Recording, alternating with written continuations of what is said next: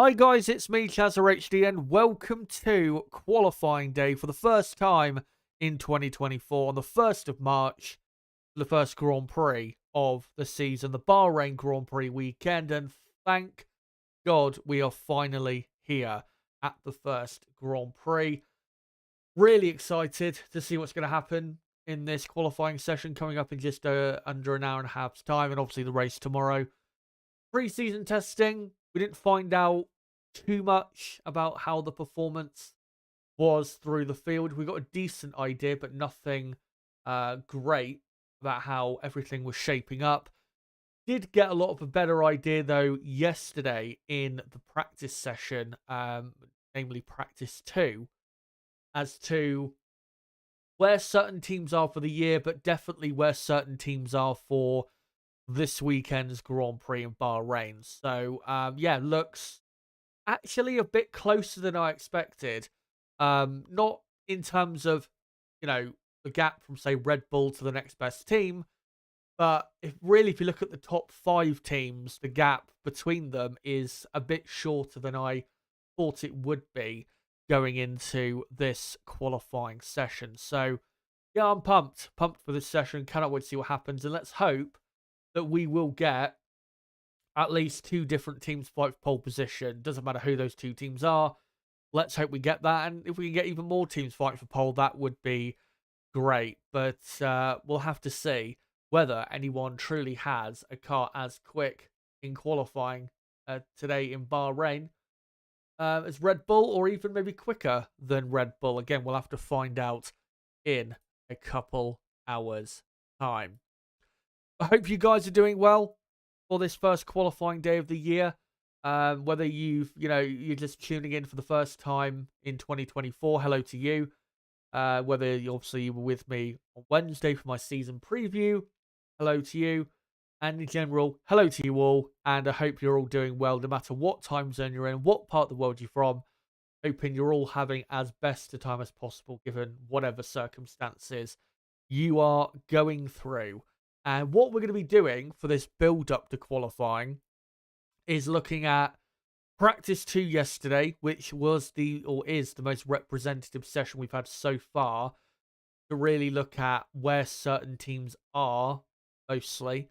Obviously, practice 2 does not tell us the full picture of where the teams are, but it does give us a much better idea than practice 1 or practice 3 that finished about an hour ago in Bahrain. So we'll be looking at those. Also be looking at the sector time data from practice 2 and looking at where certain teams are quick and where certain teams are not so quick, because those sector times, they do give you an indication as to maybe some teams that maybe are not using the highest engine setting, as some teams, it can be quite obvious with certain sector times when certain teams are sandbagging, let's say. So we'll be looking at that, and then I'll be giving, of course, my final predictions going into qualifying itself, and then going through a bit the teams one by one, and just how in general I think they will all get on, and also what I think the pecking order is coming out of practice 2 yesterday, going into this qualifying session. And of course, whilst we go along, make sure to let me know, guys, in the live chat, how do you think things will play out today? Who do you think will take pole position? And I just forgot, actually, that I need to post a poll in the chat, because I was supposed to do so, and I have forgotten. So I'll quickly do that now, and I'll set up the poll asking, who do you think will take pole position for the Bahrain Grand Prix? And the options in this poll will be, of course, Max Verstappen, Lewis Hamilton, Charles Leclerc, and I'll probably throw Carlos Sainz in there as well. So out of those 4 drivers, you can let me know between now and the start of Q3, which is when I'll finish that poll up, You let me know who you think will take pole position. I'll let you know soon as to who I think will be on pole. As I can see a couple people in the chats saying they're, or one person in the chat saying they're watching Formula 2 right now. And yeah, Formula 2, first race of the year is currently going on. The sprint race, I believe it is. The reason I'm not covering the Formula 2 sprint race is because obviously the majority of my viewers are from Western Europe and, North America. And because this is all taking place on a Friday when most of my viewers are, at work, at, school or whatever, obviously you guys won't be able to tune in to what's going on and my stream and maybe as much as you would be able to on another day. So that's why I'm not covering F2 right now, and that's why I won't be covering F2 in Saudi Arabia. And unfortunately have to say this, I will not be covering Formula 2 until the what will it be, Imola Grand Prix, the Emilia Romagna Grand Prix in May, because that's when, in terms of timing and my schedule and it being on a Saturday rather than a Friday, that's when I'll be able to actually cover it in a proper way. But of course, I will keep you guys updated on Formula 2 and what is going on, the results, and probably in tomorrow's race build-up, I will let you guys know what happened in Formula 2 this weekend and what the championship standings are, vice versa. Yeah, I'll obviously let you guys know what happens with that as we're, I think, like midway through the sprint race in F2. Zane Maloney currently leading from Jack Crawford. But let's get into the build-up to qualifying itself. And let me just hide this timer as we're going to go through the practice 2 results from yesterday. And here they are. So Lewis Hamilton and George Russell, first and second. A Mercedes 1-2. I don't think even Mercedes expected that coming into practice 2. So yeah, brilliant result. Mercedes' pace is a lot stronger than we were expecting, and even quite a bit stronger than Mercedes were expecting. Do they have, though, the best car this weekend, at least in qualifying? I don't think we can say that, but they've got a quick car, definitely, and a much quicker car in qualifying trim than they had a year ago. No doubt about that. Fernando Alonso in third. Alonso's looked pretty quick this weekend, and Aston Martin not looking too bad. So we'll keep our eyes on them. And then the quickest Ferrari was Carlos Sainz in fourth. But as you'll see, Ferrari, I don't think, were running the highest engine settings yesterday. So, yeah, there is definitely more pace in that car. Then Piastri in fifth for McLaren.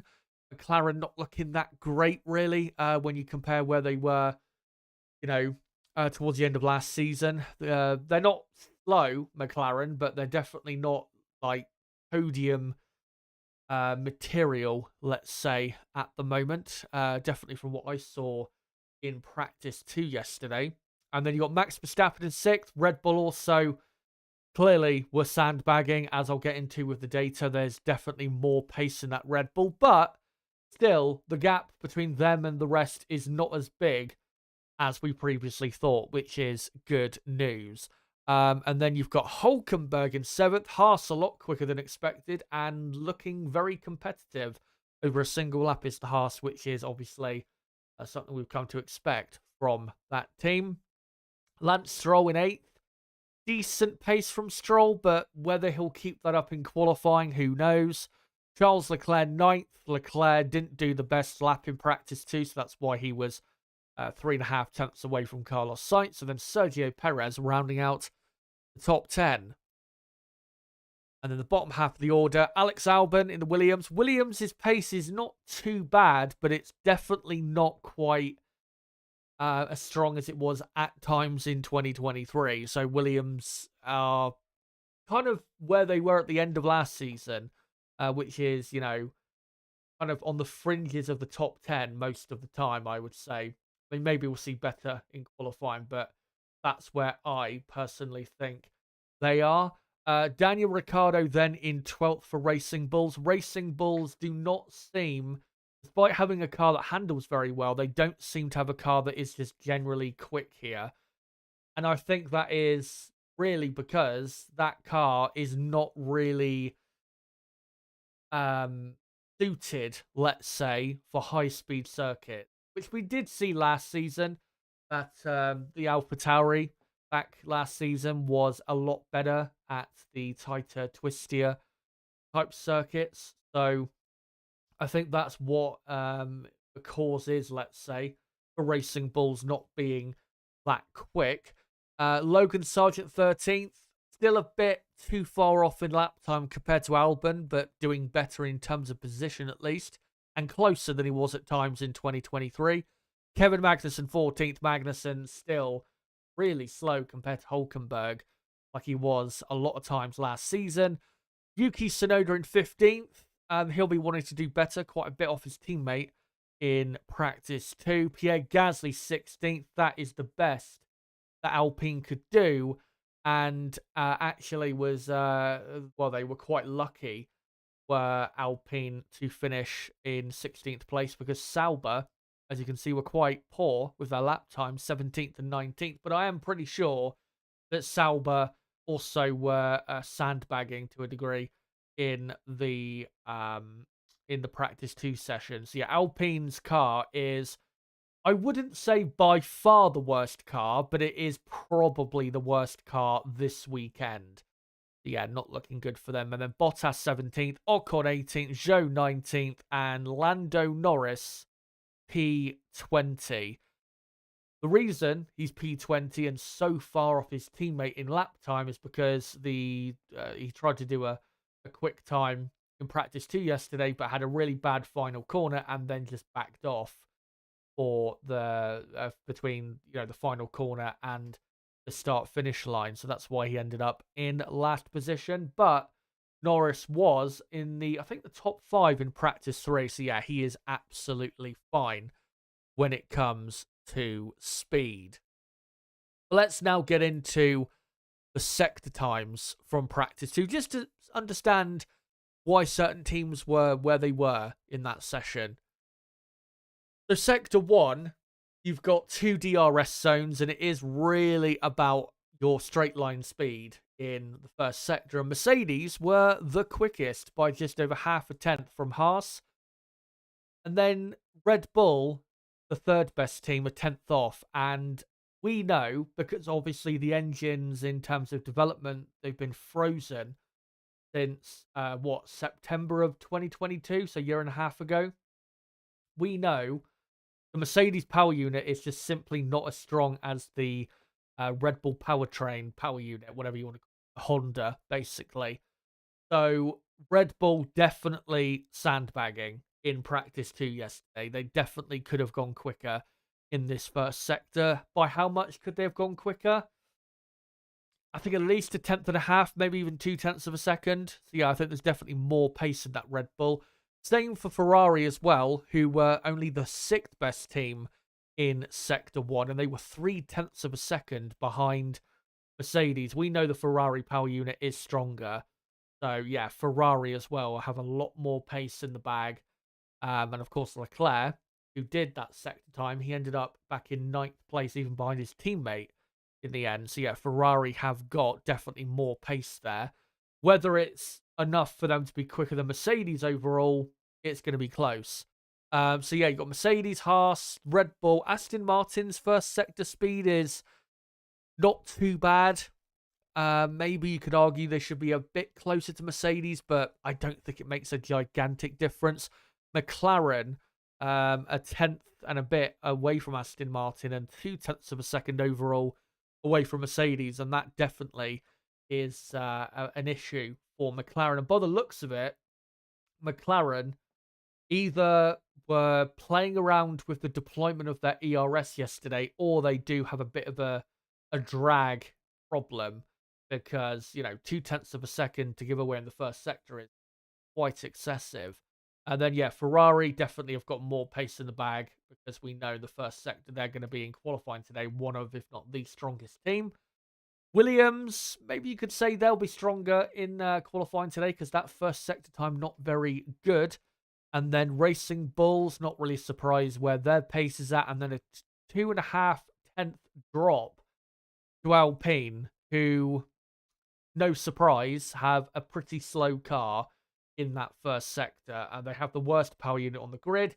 We know this. I think they even admitted in summer last year when they tried to get the FIA to allow them to do some development on their power unit to close the gap to the others. I think they admitted they had like was it a 20 horsepower deficit or even 30 horsepower deficit, something like that. So no surprise Alpine are not very good in the first sector. Sauber, though, quite surprising about their first sector speed. You'd be expecting them to be a lot quicker in the first sector, probably a quarter of a second at least, if not 3 or 4 tenths quicker. Yeah, I think there is definitely more pace in that Sauber. The middle sector, though, is going to tell us a bit more about the aero of these cars and who legitimately, or more so legitimately, has a good car.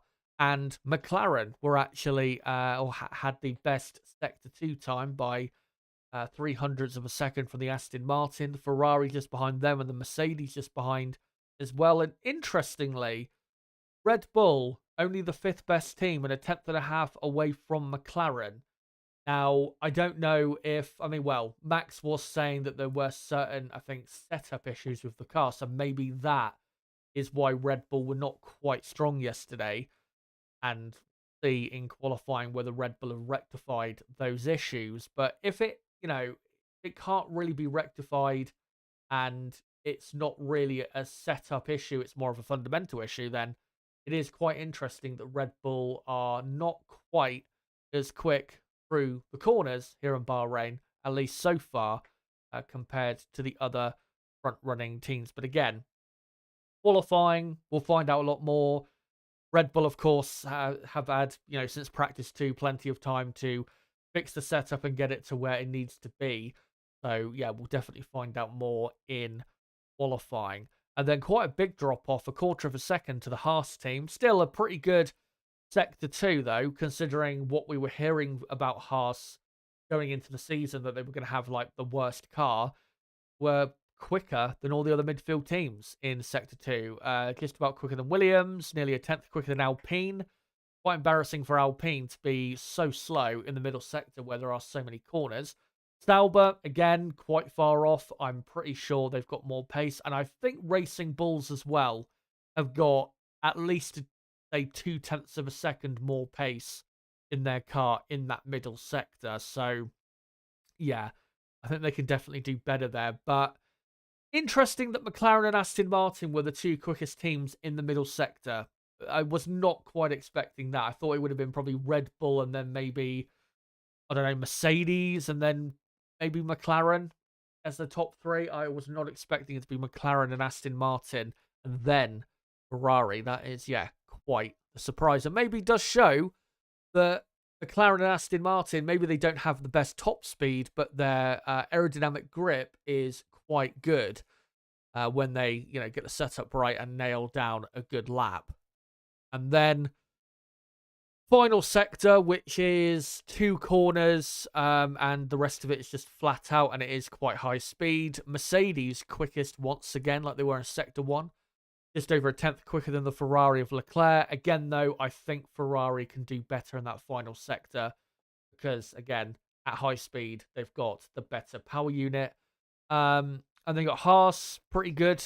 Sector 3, Aston Martin, Sector 3 as well, I think is decent.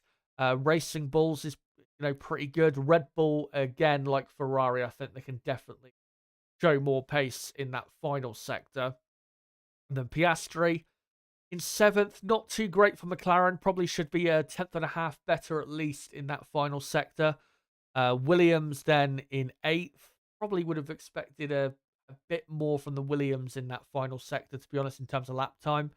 And then Sauber 9th and Alpine in 10th.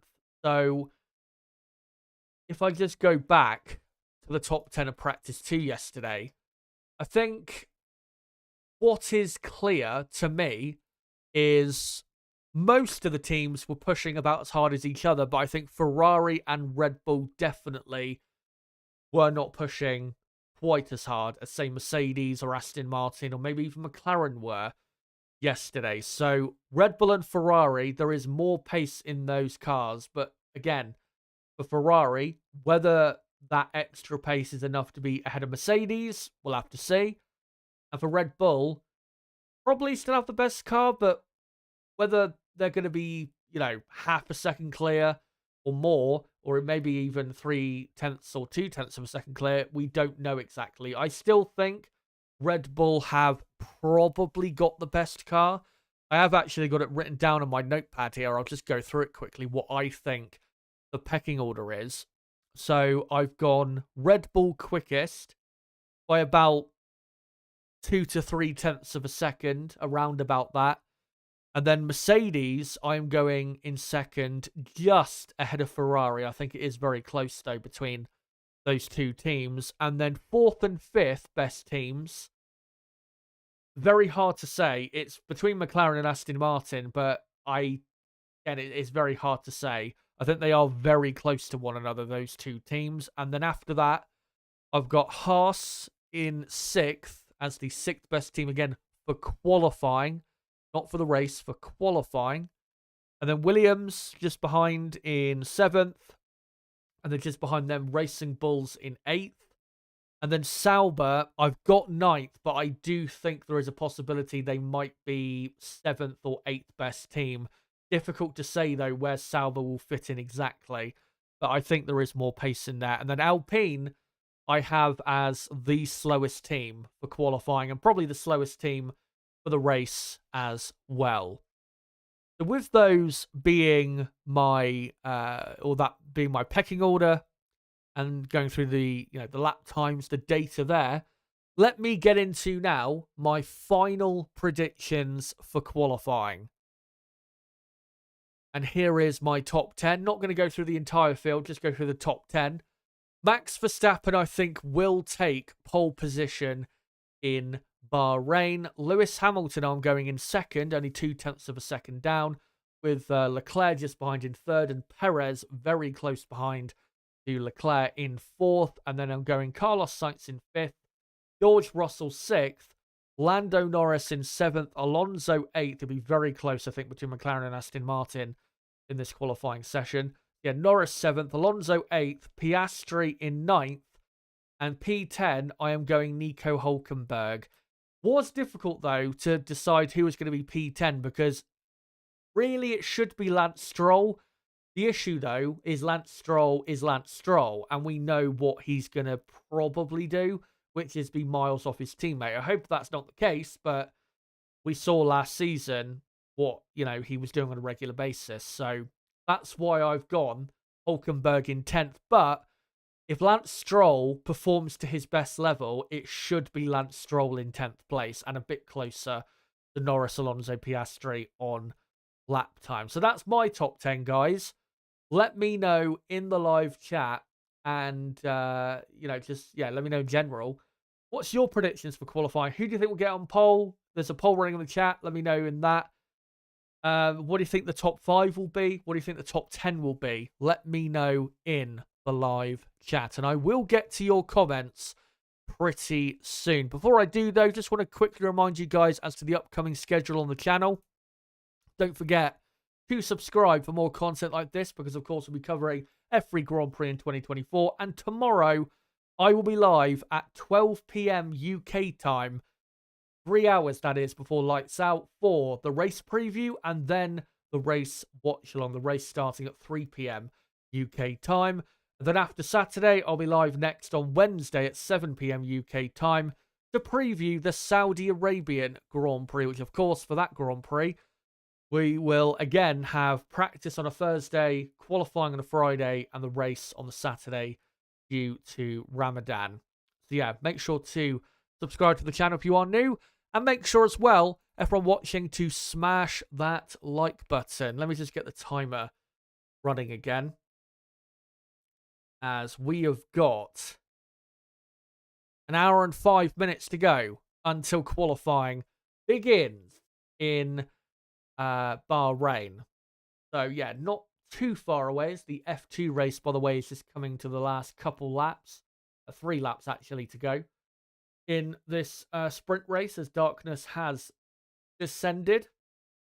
So, yeah, let me know in the chat who you think is going to end up on pole and what you think the top 5 will be, the top 10 will be. Where do you think certain teams are on pace? And what I was saying was, yeah, make sure to smash the like button. We're currently on 27 likes. Let's try and get up to 50 plus at least, given the amount of people we have watching.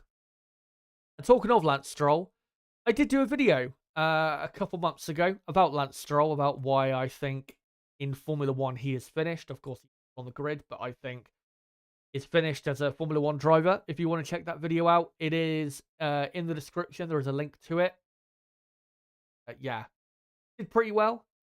I think it's on, 108,000 views, something like that. So if you want to check it out, then make sure to do so.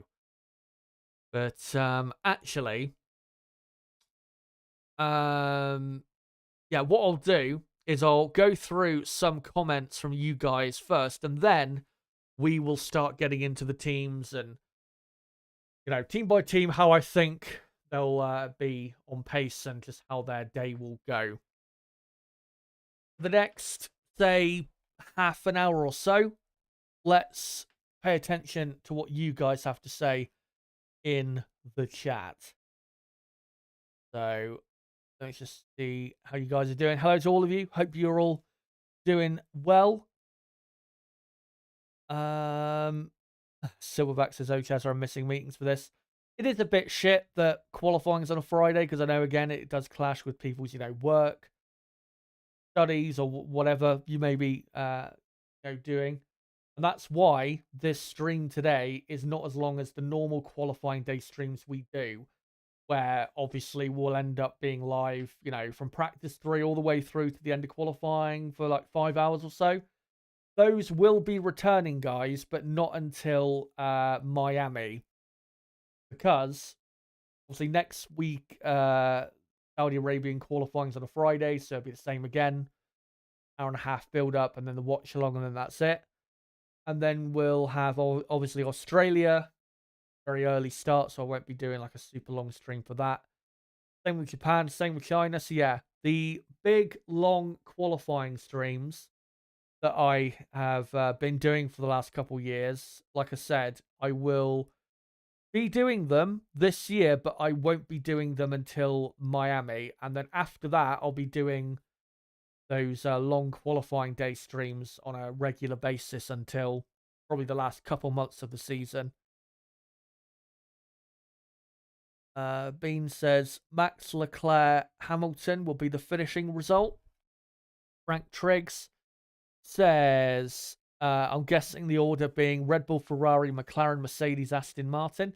Let me just quickly check out Super Chat from Turbo, who sent a few Super Chats last year. And let me just read out what he has to say. For $10, he says, mark my words, read my lips, Merc-powered curb stomp, Hamilton pole, Russell second, then Norris, Alonso, Piastri, Albon. Well, he says Albion, but it's Albon, obviously. Merc dominance for the race, Hamilton, Norris, Russell. And yeah, as Nello's saying in the chat, maybe in 2019, but not sure these days. But Mercedes are definitely a lot better, a lot stronger than they were last year. This time last year, they were a disaster. We thought they could potentially be slipping into the midfield at times, which obviously they didn't quite end up doing, but they are, yeah, a lot better. And it's going to be exciting to see just how close they can get to pole position if they're not on pole.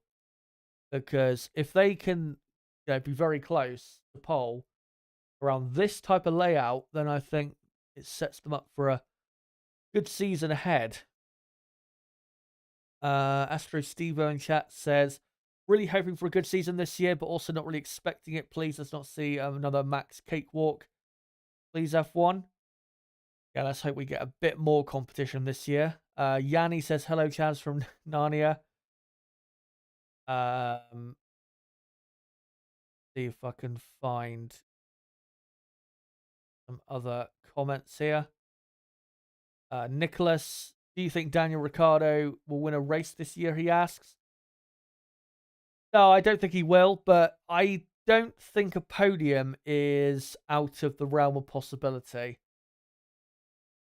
Because I think there will be I think there will be the odd race where that Racing Bulls car is properly competitive, as Zane Maloney has very, very impressively, what a drive, has won the F2 sprint race and dominated it. Very impressive. Hello to Nib, by the way, in chat. I can find some other comments here if I can. Silverback says Danny was done after rear-ending Max 2 times. He lost it mentally. Had Danny not taken Max out a few times, Danny will still be a top driver. I don't believe that.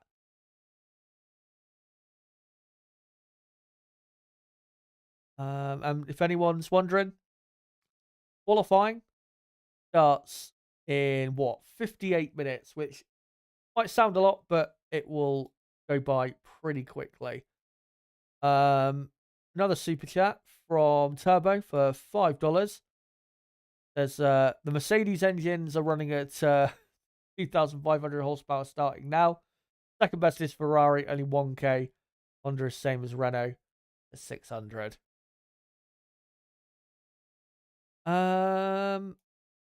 Right. Let me just go back to where I think I was with these comments.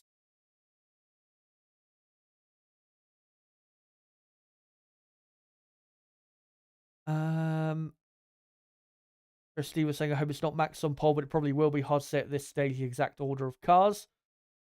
Well, let me know where you think the teams are at. Obviously, we're not all going to be correct totally.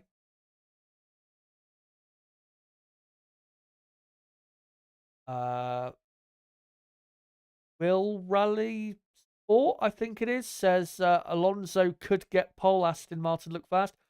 I have been impressed by Aston Martin so far this weekend. They've looked quicker and closer to the front than I've expected. I was not really very hopeful of them in my season preview on Wednesday, where I thought they're going to be closer or pretty much midfield runners most of the time this year. But yeah, they look like they've got a decent car there. And Alonso earlier in practice 3 sounded very happy with the car in terms of the handling. Shreya says, I feel like it's going to be Ferrari first, Red Bull second, Mercedes third, or Mercedes might come out on top. One thing I will say is I do think the fight for pole here will be a lot closer than people are expecting. I know after testing, people were thinking, oh, Red Bull are just going to completely destroy everyone. I don't think that's going to be the case. Maybe they'll get pole, but I don't think they're going to destroy the rest of the field. And I think it will be pretty close. And we saw that, to be honest, last season, because Red Bull, even though last year they ended up locking out the front row, Leclerc only did one run in Q3 and ended up, was it 3/10 off pole? So he could have ended up maybe a tenth or so only away from pole at worst. But I even remember Mercedes in 6th and 7th were only like 0.6 of a second off pole, despite being down in 6th and 7th place. So I think the top 10 will be quite close, to be honest. It won't be as big of a gap through the field as we've seen in other years here in Bahrain through the top 10.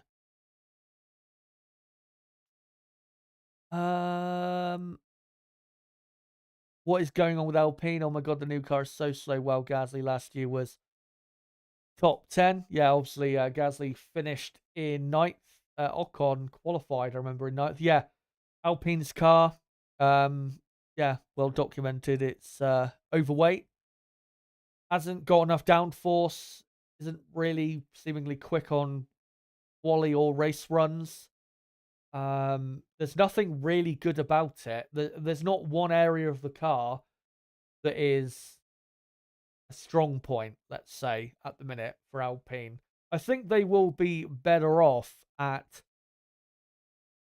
lower speed tracks, street circuits, places like that. I think they will be, again, better off at places like that. But when I say better off, I don't mean top 10 runners necessarily. Nib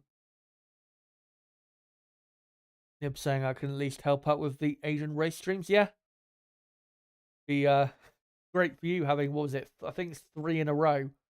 Melbourne, Suzuka, and then Shanghai in the space of a month. Good though that they've grouped them all together, because it was a bit annoying, and it has been for a few years, where you'd have like maybe one early morning race for us in Europe early in the season, and then you'd have like a couple or even more towards the end of the season. Better just to put them all together. Also, Las Vegas we've got in November, which of course is a early morning race. Astro Stevo saying the extreme length of your streams, Chaz, stagger me. You do make a lot of work for yourself with them. Well, I mean, I just enjoy streaming so much, and I've found out that as well, streaming for longer does actually help the I guess viewership of the streams. So yeah, why not do that? You may have seen though, with I think I did a post on my community tab on my YouTube page yesterday, where what I normally do is I'll do an update for each month as to what content I'm going to be putting out. And I did that, I think, yesterday for the month of March. And you may have noticed, compared to last season, I'm not doing as much content around a race weekend as I was last year. And the reason that is because of an incident, what was it, Las Vegas in November last year, where I was doing a super long stream, and I was trying to as well do streams for practice on the Thursday or / Friday, and I was so worn out from it that I developed a bit of a health issue on stream, if some of you remember. And yeah, since then I've just thought, you know what, not worth maybe streaming as many days in a row as I was. So obviously I will still be doing my qualifying, my race streams, and still, doing plenty of hours of content, but I'm not going to be streaming Thursday, Friday, Saturday, Sunday, Monday like I was. It's more going to be broken up. But still, obviously, I'll be live for qualifying in the race whenever that is. But yeah, just break it up a bit. And also, obviously, I'm at uni doing my studies at the minute, and I'm entering the second half of the year now in terms of work. So I don't want to overdo it and cause burnout, which affects my uni work. And talking to my uni work, in terms of my scores, let's say, for the first half of the year, I'm doing very well, which I'm pleased to announce. Yeah, looking good on that front.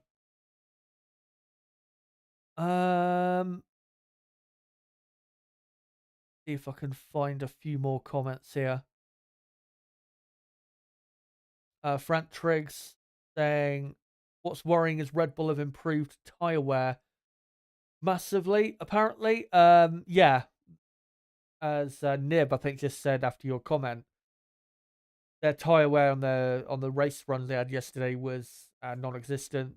They don't seem to have tyre wear at all. It's quite incredible. So yeah, they look like they've got it all sorted on that front, which, I mean, we saw last year and the year before that their tyre wear was very, very good.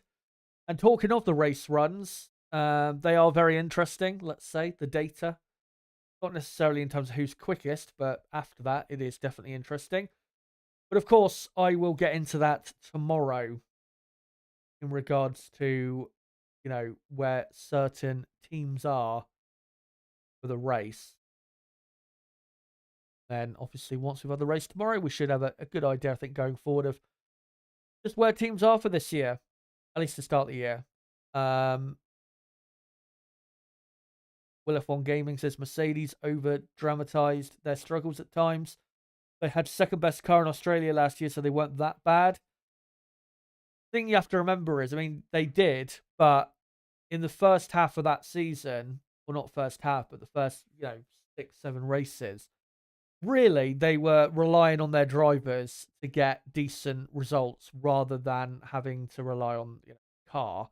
Because the car was dreadful. And I know in Melbourne, they had a good performance, but that was an outlier, really. The car, all the other Grand Prix was pretty bad for their level. And again, they were bailed out at times, quite a few times, by having probably the strongest driver lineup on the grid.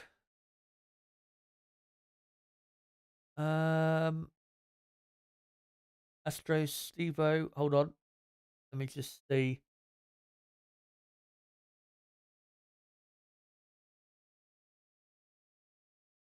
what his comment was, because I've just scrolled a bit too far past it. And there you go. Oh no, actually, let me scroll a bit further up. I've gone a bit too far.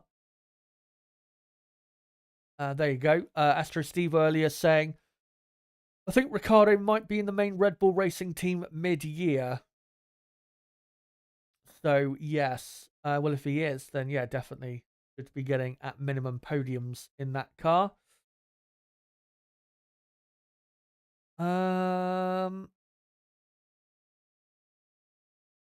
Question, do you think Red Bull's engine was on full or turned down? I hope it was 100%. It was definitely not 100% yesterday. Again, I think them and Ferrari were definitely not running full power. Nowhere near as much maybe as Mercedes were. But Mercedes' pace was still good, so it's not like they're going to be, third row of the grid or anything. I think Mercedes are definitely in the fight for the top 3. Let's see what other ones we've got here.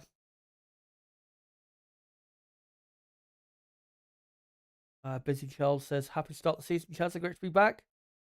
Yep, absolutely is. And of course, this is going to be the longest F1 season in history. The final race is in 9 months and a week from now. So, yeah, very long year.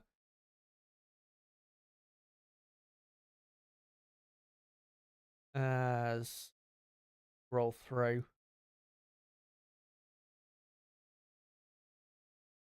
Streaming longer, no one else is doing it. Thanks, good stuff, Chazza. No probs. Aston Martin really needs 2 decent drivers ASAP. If they could only convince Seb to unretire and replace Stroll, it won't happen. But if only. Well, they don't. They don't need to go and find like a Vettel. There's plenty of drivers right now on the grid that could do a better job than Lance Stroll. You've got Gasly, Ocon, Tsunoda, Albon, Hulkenberg. Even I think Bottas could do a better job because at least Bottas has got a much better raw pace than Lance. So yeah, there's plenty of drivers that you could find currently on the grid that would, if you offered Alex Albon an Aston Martin contract, assuming that he hasn't got any offers from anyone else, he would take it. 100% he would take it. And even, yeah, if you offered Gasly or Ocon a contract, I think they would take it. Well, maybe not Ocon, because not sure how keen he is to be teammates with Alonso again, but I think Gasly definitely would.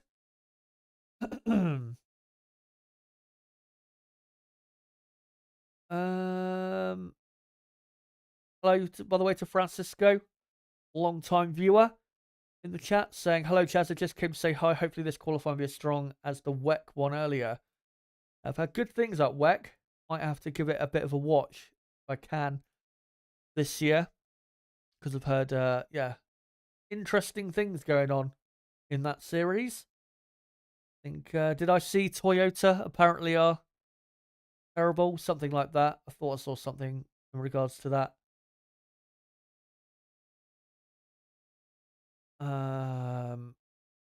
Gello Ortega says the switch that Mercedes made will ruin the chances of them getting another world title again in the 2025 season without Lewis. So I think Mercedes did a bad decision letting Lewis go.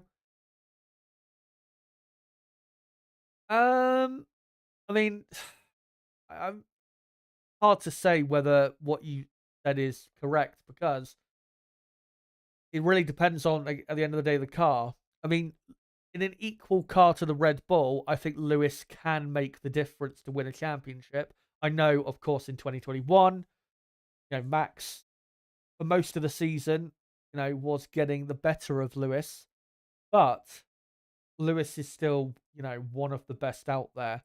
But at the end of the day, for Mercedes, what they need to do is just focus on building the best car. That's it. Because even with Lewis leaving, they're still going to have probably two really good drivers in their car who, in the best car on the grid, can win races and probably a championship. So, yeah. Right, let's find some other comments here.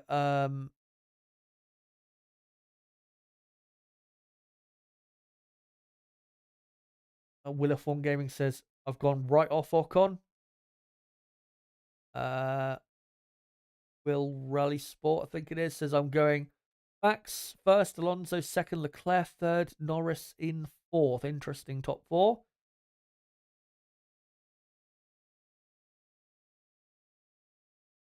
Find a few more comments if I can. Weck qualifying was great. Matt Campbell, Nick DeVries, and Callum Ilott battle for pole. I will say as well, quality of driver in Weck is pretty good. So if anyone is, maybe wanting to see what Weck's about, I'd recommend it. If not clashing with Formula One, then go for it. Francisco says, sorry for insisting on Weck. No problem. Toyota suffering with graining on the tyres, but they'll figure it out, I'm sure. Willafon says some people have predicted Sargent to finish 15th in the championship. I haven't seen any predictions like that, but those people must be thinking Williams have got like a proper strong midfield car,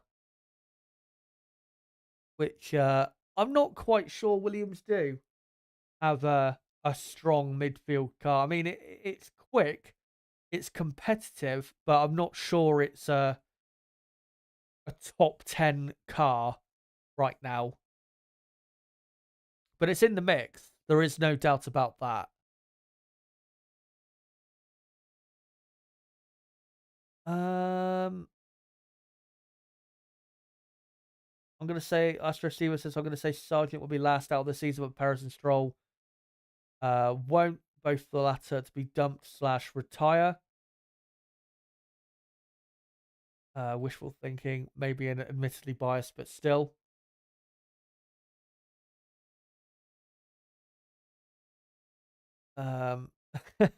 Rook saying, don't worry.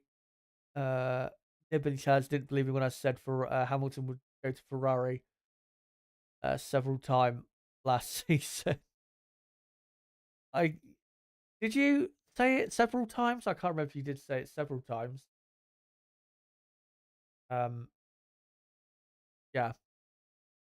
Keep them comments coming, and yeah, make sure as well to keep voting in that poll. Proper live chat. We've already got a lot of votes in that poll, almost 700 already. And I've asked you guys, who do you think will take pole position for the 2024 Bahrain Grand Prix? Your options are Max Verstappen, Lewis Hamilton, Charles Leclerc, or Carlos Sainz. Let me know out of those four who you think takes pole in Bahrain?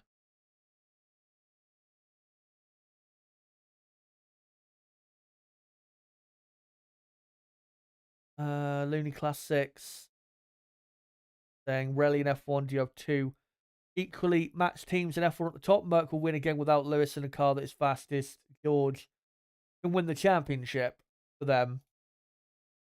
Yeah, I believe so too. But it takes a few years really to build a team personnel wise that can produce a car that is the best. And Mercedes, of course, for a few years back, in the previous decade, they had the best car. They built that team, very well to produce the best car. But a lot of those people are not around anymore. I mean, you've still got, James Allison, Andrew Shovlin, key engineers like that. But a lot of the engineers that were there in the 2010s for Mercedes and, Ferrari, Red Bull, or not in Formula One at all. So it's going to take a few years probably for Mercedes to get back to probably having the best car, clearly the best car on the grid. And that's what their focus needs to be, is building a team that can then, build a car good enough at the end of the day. Because, I mean, it's not as simple in Formula One when it comes to building the best car. It's not as simple as just hiring a really good designer. You've got to build a team. It's the same thing like in football or basketball.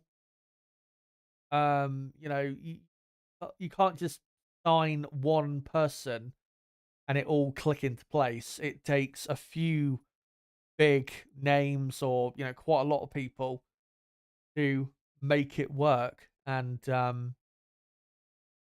with Mercedes, my hope is that they're really focusing on getting the right people in place to make the best engine on the grid for 2026, because that will be the key in the new era of Formula One beginning in 2 years from now.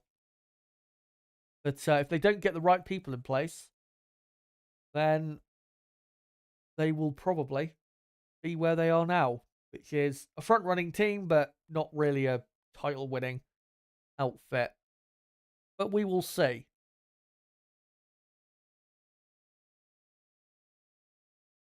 Let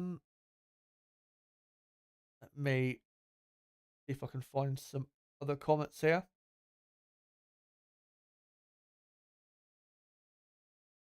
Manan says Lewis pole?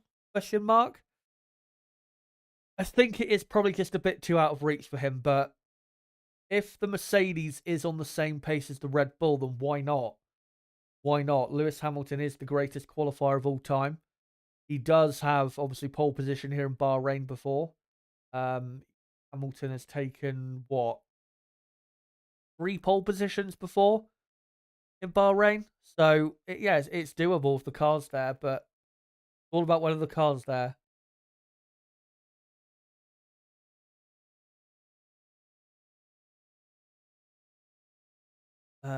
Prank in chat saying, breaking news, Daniel Ricciardo has broken Checo's hands.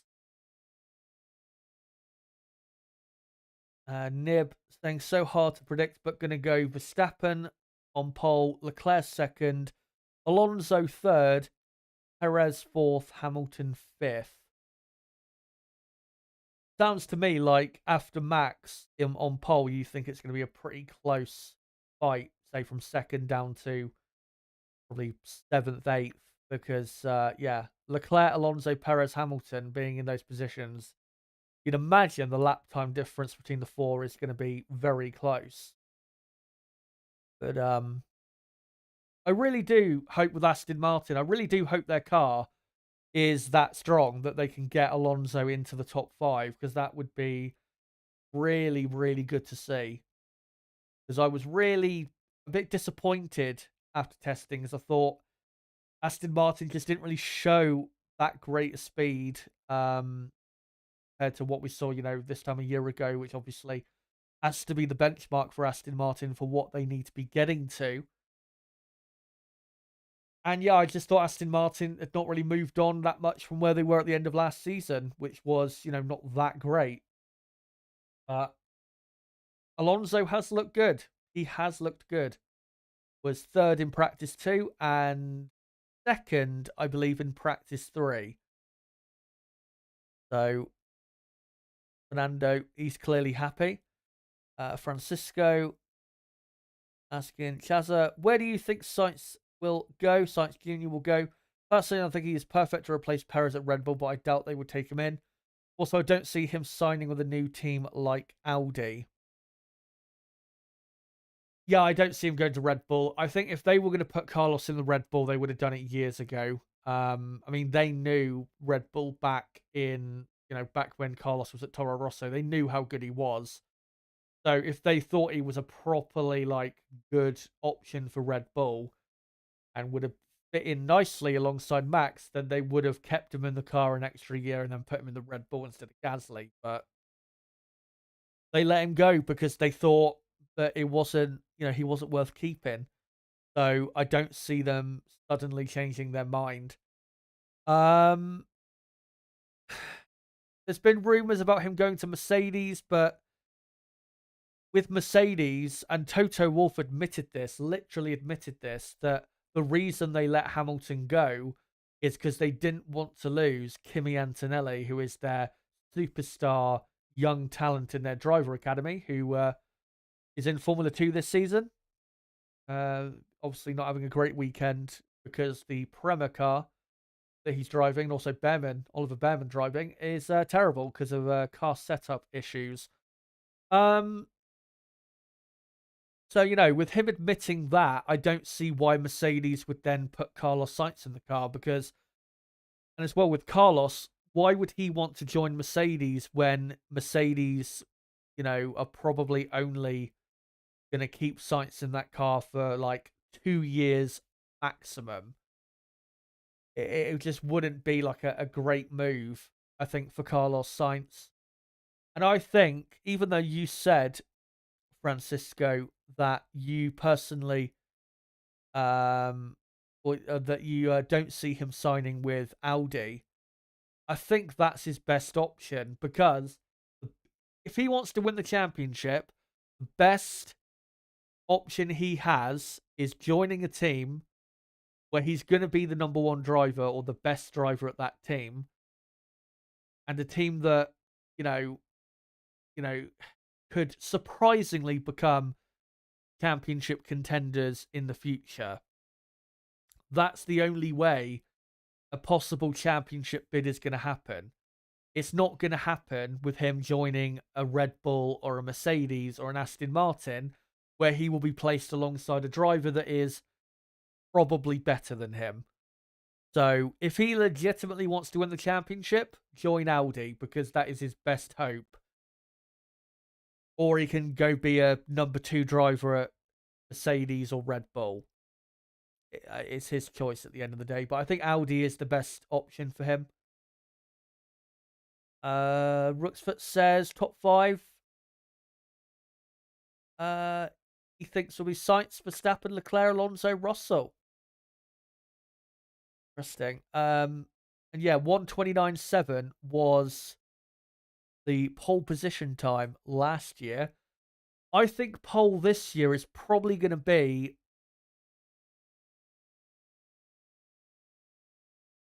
I think at the very best it'll be a late 1:28, like a 28.8 or a 28.9. But I think more realistic it'll be a 28.0 or a 28.0, a 29.0 or a 29.1, maybe a 29.2 even. Yeah, I think low 1:29 is what the pole position time will be. But again, I think at the absolute best, it is possible to do like a 1:28.8 or a 1:28.9, but it's going to take something really special in terms of car, performance being really good, and also a really well put together lap by a driver.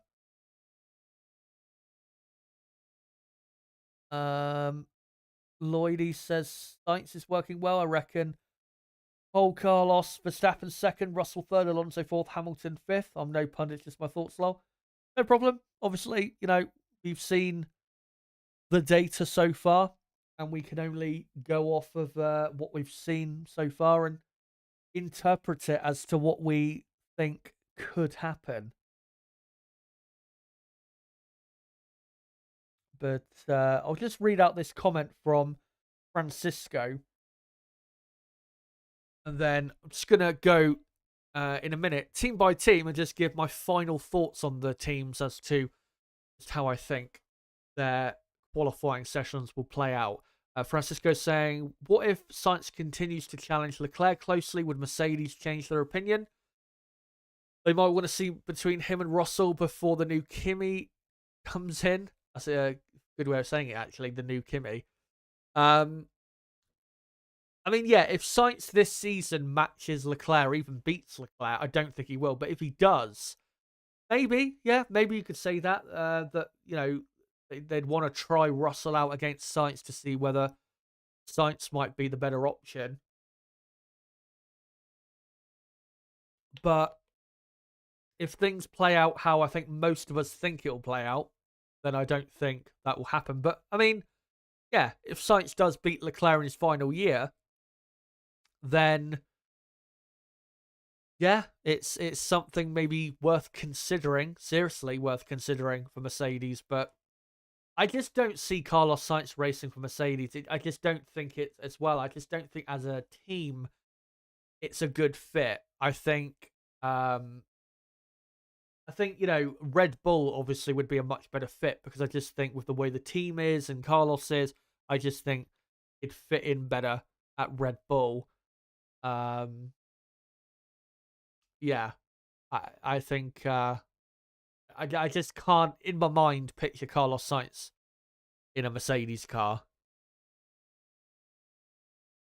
But yeah, keep them comments coming, guys, because I will keep reading out plenty more before the session begins. Before, though, I get to some more comments, I just want to go team by team and give my final thoughts as to how I think they'll all do in qualifying. The Red Bull, I think they will have the best car. I do think overall they have the best car. Definitely when it comes to the higher speed parts of the track, I think their car is just about too good.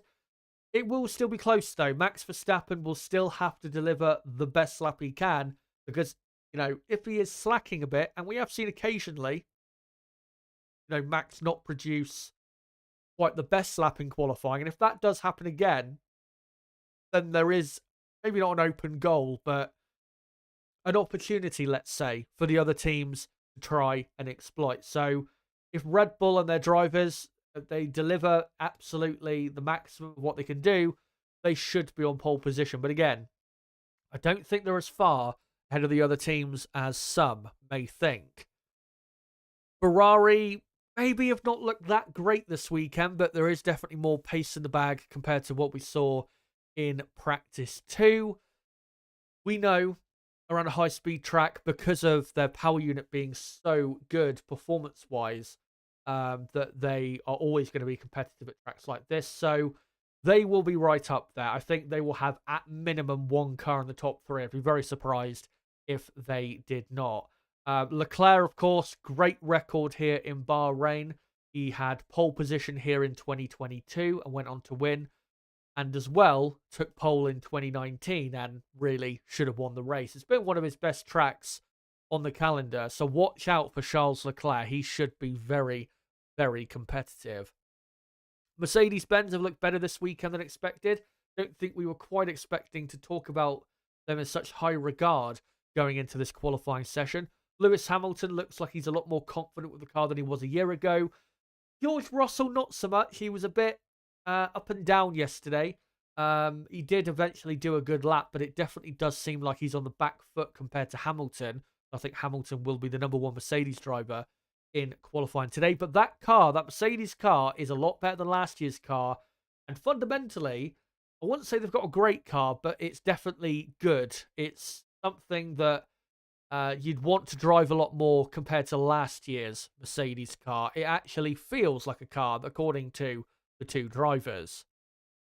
McLaren, they're not quite there yet. Their car is not bad. They're still in the fight with Mercedes, Ferrari, Aston Martin to a degree, and are, I think, on the same pace as Aston Martin.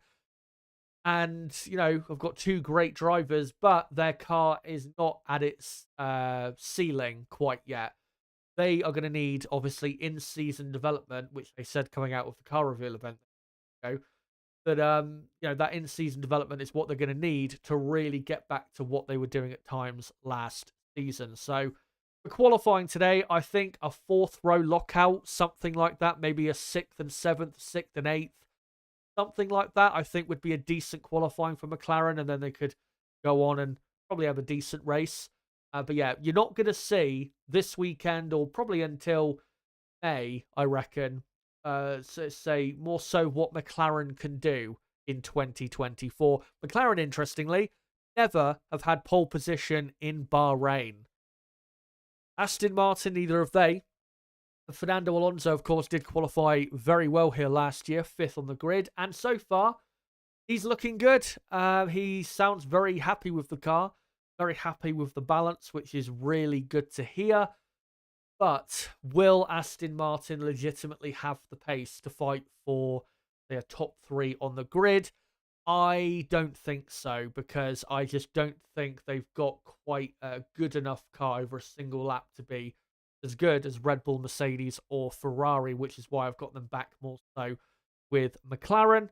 Yeah, their car will be decent, but I still don't think it's quite on that level. And I think, in reality, there is still work to do for that team. Whatever the fuck you want to call this team, we'll call them Racing Bulls for this season. Yeah, not looking that competitive, and I think it's because really the track layout just isn't suiting their car. We saw it last season with the AlphaTauri around the high-speed circuits. They weren't that great, but at slower speed, more aero-heavy tracks, they were definitely showing a lot more pace. So don't be expecting anything special from this team today or really this weekend. They will get better once we get into probably May, June, that time of the season. I think you'll see a bit more of what they can actually do in 2024. Alpine, absolute dog shit. It is actually impressive how shit they are. The worst car probably on the grid right now. Nothing good about it. And I really do feel sorry for the two drivers who, are very good midfield quality drivers for Formula One. Had, I would say, decent to good years last year, but have been let down horrifically by the team.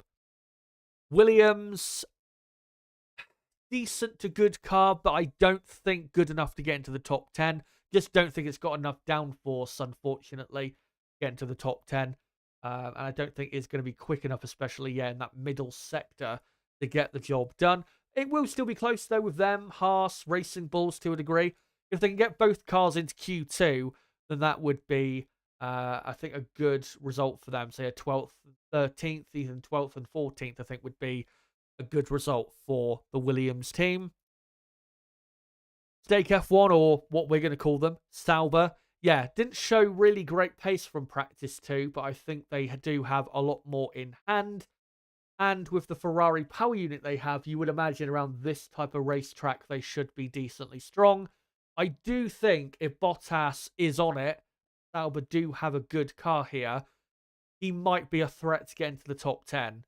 Will still be very close, though, I think, with Haas, Williams, Racing Bulls, but I do fancy there is more in this car. And for Haas F1, good to see they're a lot better than expected, and I do think that Haas will sneak a car into the top 10. Nico Hülkenberg still looking very quick, very competitive, which is very good to see. And the expectations with this team were played down so much that we are now very positive about them, and that is actually quite good to see. So yeah, looking forward to seeing whether they can show legitimately good pace. And just a quick reminder, this is my top 10 qualifying prediction. By the way, someone earlier in the chat did actually notice that for Lewis Hamilton I put Mercedes AMG and for Russell I put only Mercedes. Sorry about that. I haven't genuinely meant that. That's just a mistake on my part. But here is my top 10 prediction. Verstappen on pole, Hamilton second, Leclerc third, Perez fourth, Sainz fifth, Russell sixth, Norris seventh, Alonso eighth, Piastri ninth, Hulkenberg 10th. That's my top 10. Let me know your top 5, top 3, top 10, whatever, in the live chat. And I will just wait until we tick over to the next minute before I get the timer back on screen. There you go. And we have 19 minutes to go until qualifying begins in Bahrain. Cannot wait for it. Let's get into this, and let's hope someone can actually compete with Red Bull. And again, reminder, poll running at the top of the live chat. I've asked you guys, who do you think will take pole position for the 2024 Bahrain Grand Prix?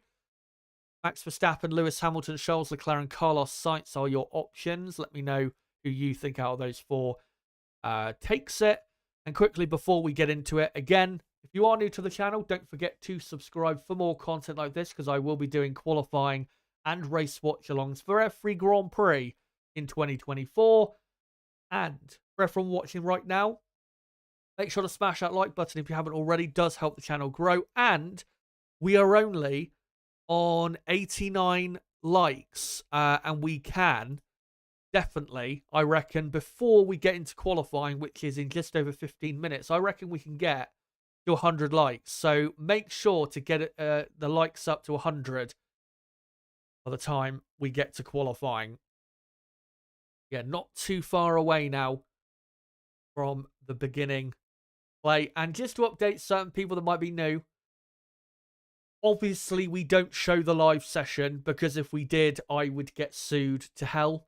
I would be copyright struck to hell. You would never see or hear from me again. What we do is I will show a live running order.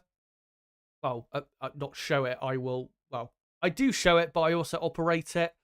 And I will, have a timer running, a ticker and all of that, just to show you guys what's going on. And I will have pictures like this on my screen for you guys just to, go along with what is going on the screen. So basically giving you the best I can, given what I can actually give you. But obviously I can't show the session for real, because like I said, I would be copyright struck to hell.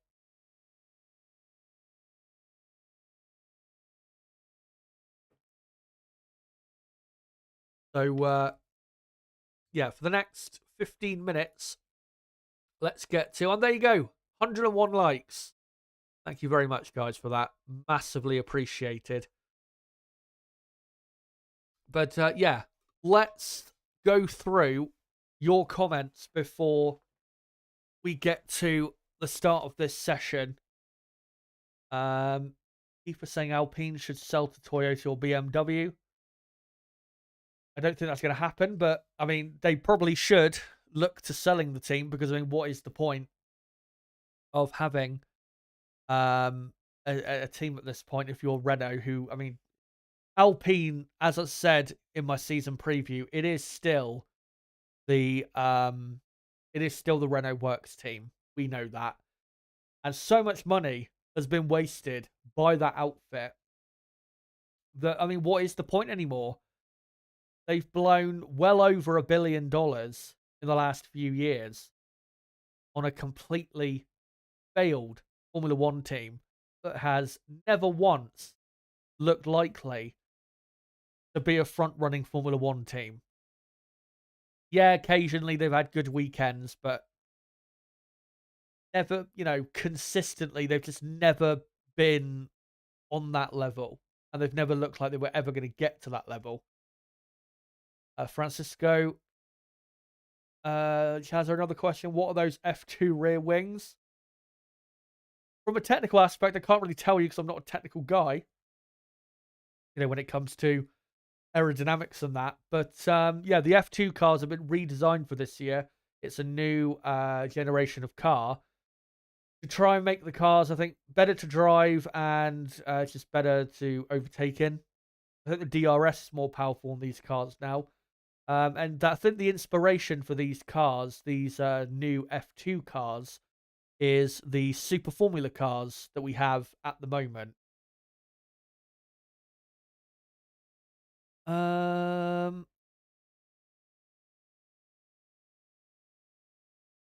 Pod asking anyone else excited to get back to China and Imola this season. I wouldn't say I'm excited for the Chinese Grand Prix because the track's not that bad. It's a decent track. It's just not it's not a track that I look forward to like a lot. I do think that track also gets a bit of unfair criticism. I don't think it's as bad as some think, but it's definitely not like a great track. But Imola, I am looking forward to going back there because since we've gone back there in 2020, we've had quite a few really exciting moments and a couple good races there as well. And Imola is a very, very good track. We should have never left in, what was it, 2006 was the last race at Imola before it came back in 2020. Paul Lowen saying, I worked at Alpine in 2019, even way back, then they did not operate as a team. Total chaos. I left after 4 months. Well, if it is true that you did work there, obviously I can't verify whether it is or not, but yeah, it wouldn't surprise me if, what you're saying is the absolute truth. It would not surprise me at all, especially when Cyril was running that team.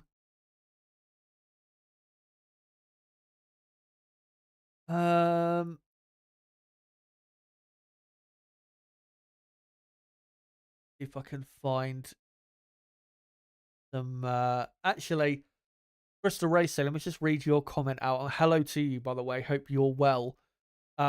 He says in the chat, honestly, don't care if people disagree with me about my opinion on Kimi. At least I'm not acting like Horner has somehow, quote unquote, escaped punishments for recent allegations. That is something I just want to touch on quickly because this time yesterday, an anonymous email address, it was a Gmail account, emailed loads of different people involved in F1, people at Liberty Media, journalists, team principals, people at F1, Stefano Domenicali, just so many people. It was a Google Drive full of screenshots of WhatsApp messages, I think, and also screenshots of pictures apparently allegedly sent by Christian Horner. Now, whether that Google Drive is real, we don't know yet. We have to remember that. We do not know whether that Google Drive is factually real. The one I've seen only a couple hours ago that was I was actually able to click on, it seems probably real, most of it. Maybe not all of it, but most of it seems real. But again, let's make sure we say this. There is no evidence yet to suggest that it is 100% real. We can believe what we want, but the facts are the facts. I just want to make that clear. But yeah, that's what happened. If the Google Drive that I viewed, obviously I'm not going to show it on stream because I'll get sued. And I'm not going to, display it anywhere because I'll get sued. I'll leave that to the people that have nothing to lose on Twitter and that. If that Google Drive that I viewed, if it is legit, if it is real, then yeah, this is not going to end for Christian Horner. This media storm, let's say. And in terms of how it will all end, it really depends on whether that Google Drive and what is in it, whether it is real or not. If it is, then I think there'll be a pretty quick resolution to it. Not necessarily in one way rather than the other, but I think that is really the next development in this story that we need to see is is the Google Drive containing all of that stuff, is it real? Because even though I viewed a Google Drive full of stuff, which I mean anyone on Twitter can, it's been, shared around by loads and loads of people. Again, we have no idea whether it's real. It could easily be faked. And there's a lot of people out there that hate Horner, that, they could have gone out of their way to fake it. But again, we will see what comes of that. But I'm not going to say much more because, again, it's a legal situation, and I don't want to, I don't want to get too much into it.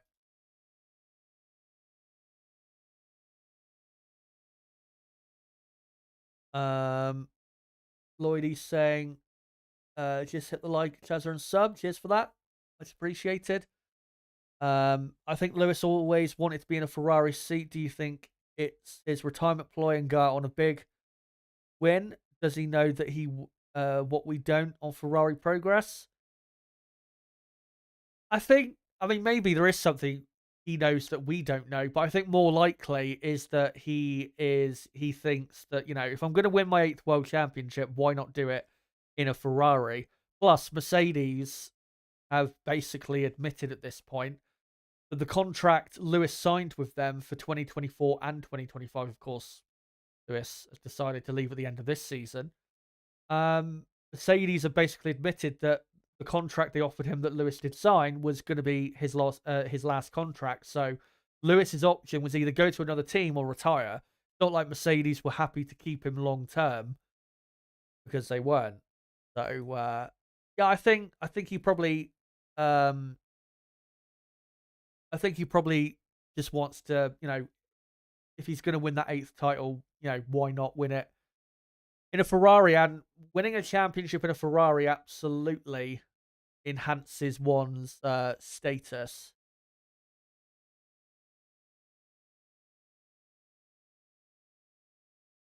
Let me see if there's any other comments I can find. Paul Lowen says, 40 years working in F1. I started with Leighton House in 1988. Wow.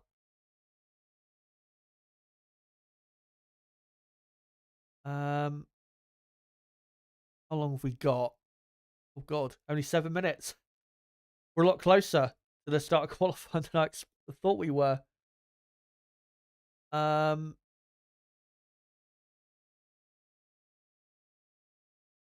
Francisco saying Fangio drove for Ferrari. Schumacher drove for Ferrari. Prost drove for Ferrari. Lauda drove for Ferrari. Senna likely would have drove for Ferrari. It's Hamilton's time to go there, yeah. I mean, you can see, why people go there. They are the biggest, most famous racing team in the world, no matter what other people think. Crystal Racing saying, 1, we need to verify if it's real. 2, there will be a debate over whether Horner's language was genuinely breaching codes of conduct. Yeah, well, we'll see what happens with that. But like you said, and like I said as well, the first step is verification of whether it is legit and real or not. Because if it's not real, then whatever we saw, potentially some of us saw, with some of the stuff online yesterday and today, it doesn't matter. But it's proven that it's real. Then yeah, pressure is gonna get it's gonna start mounting quite a lot.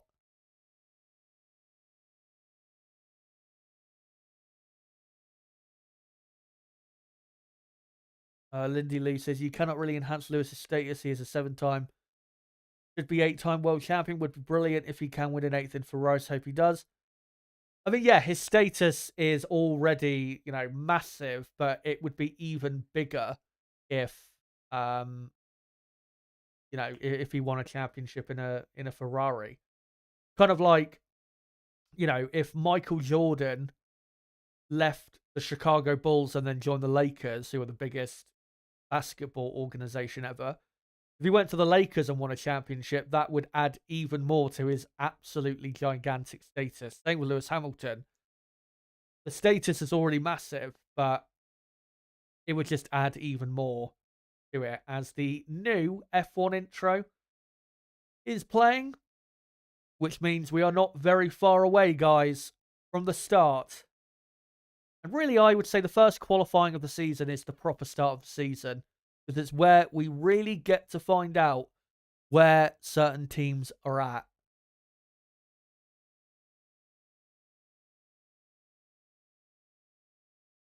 But, yeah. I think we will, just in a couple minutes, we will go on to the watch-along side. And we will get into things. Of course, this will be in 2024, a 24 race calendar. The longest Formula One season of all time. Will probably be dead on our feet by the end of it. And let's hope we're being entertained through the 24 races, because it would be horrible if it was a 24 race season which was boring. Of course, we do not need, given what we've had lately in Formula One. Brother Moz, good to see you, mate. Since the F1 intro is strange, and I don't know why. Yeah, I to be honest, I don't really. I mean, I like the theme song, but I don't really care much about the actual imagery. But yeah, I think with 3 minutes to go until qualifying, I think we'll just go on to the watch alongside and get into this, because there is something I just want to quickly explain, which is different for this year. You may see on the left-hand side the bottom 5 drivers, who of course that is the only drivers that can be knocked out, or the only positions that can be knocked out in Q1. You may notice those positions are in red. What I'm going to be doing from this year is, when we are in Q1 or Q2, the drop-off zones, or like for Q1, the drop-off zone you can see currently that's in red will remain that way, so that you guys can clearly see, you know, who is in the drop zone, and it indicates better the drop zone in a better way, let's say. And of course, I'll be doing the same thing for Q2 as well. And hopefully, that bit being red is not too distracting, or it doesn't get in the way of the text too much. If it does, then let me know. But Q1 will be an 18-minute long session, and they'll be underway in a couple minutes. I will sync up the time at the 17-minute mark, and this should be maybe outside of the fight for pole if Max Verstappen is really quick in what is still a very quick Red Bull car. Should be a pretty close grid. We have to remember, outside of Red Bull, the grid is pretty close. The gaps are not too big, and the drivers have still got to deliver on their qualifying laps.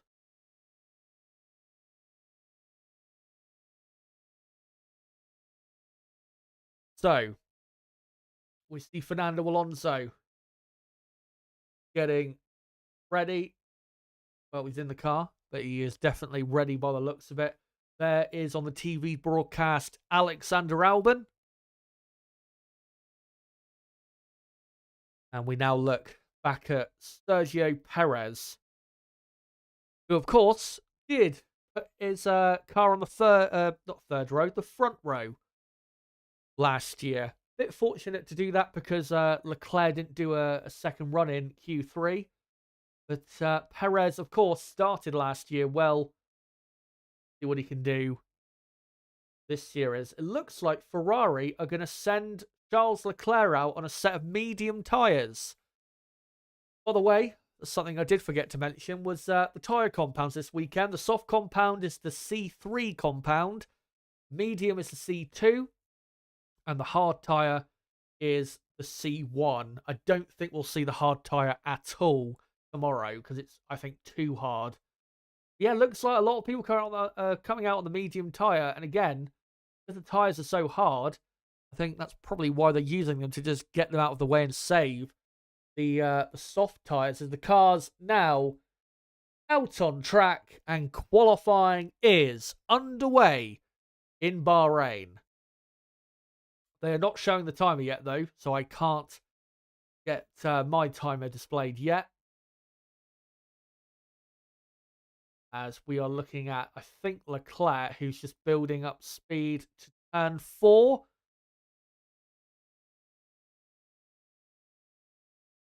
And obviously on his outlap. But yeah, once on the FOM broadcast they display what the time left in the session is, I will get it displayed on my end as well. But they're still not displaying it for some reason. Don't know if they've got an issue or something with their graphics. But yeah, well, there you go. Now they've displayed it, and it's already too late. So I'll have to sync up the timer at the 16-minute mark, which is in about 40 seconds from now. Carlos Sainz is coming through turn 10. Not turn 10, turn 11, sorry. Where, of course, the curb was breaking up in testing. And that's another thing to mention, is track limit violations will be something to look out for. Track limits are being monitored on the exit of turn 4 and turn 13. So it is possible for deletions of lap times. As there you go. 16 minutes to go in Q1. As Carlos Sainz starts the first qualifying lap of 2024. Only 4 cars on track right now. Sainz, Leclerc, Ocon and Gasly, and I think they're all on the medium compound tyre. Sainz up to turn 4. Understeers wide and a bit of a rear end snap as well. And I think to get through, I mean, well, maybe not to get through to Q2, but the best lap time I'm expecting in this session is probably a low 130 or a late 129. That's probably the best lap time I can see in Q1. So on the medium tyre here for Sainz and Leclerc, as Leclerc's done a purple first sector, I think they're probably only going to do a 131 something. I can't see a 1 minute 30 on this tyre, first run out of the blocks. As Sainz handles well with his car through turn 13 and was not exceeding track limits. Leclerc behind him is going quicker. Decent final corner for Carlos Sainz, who now comes to the line.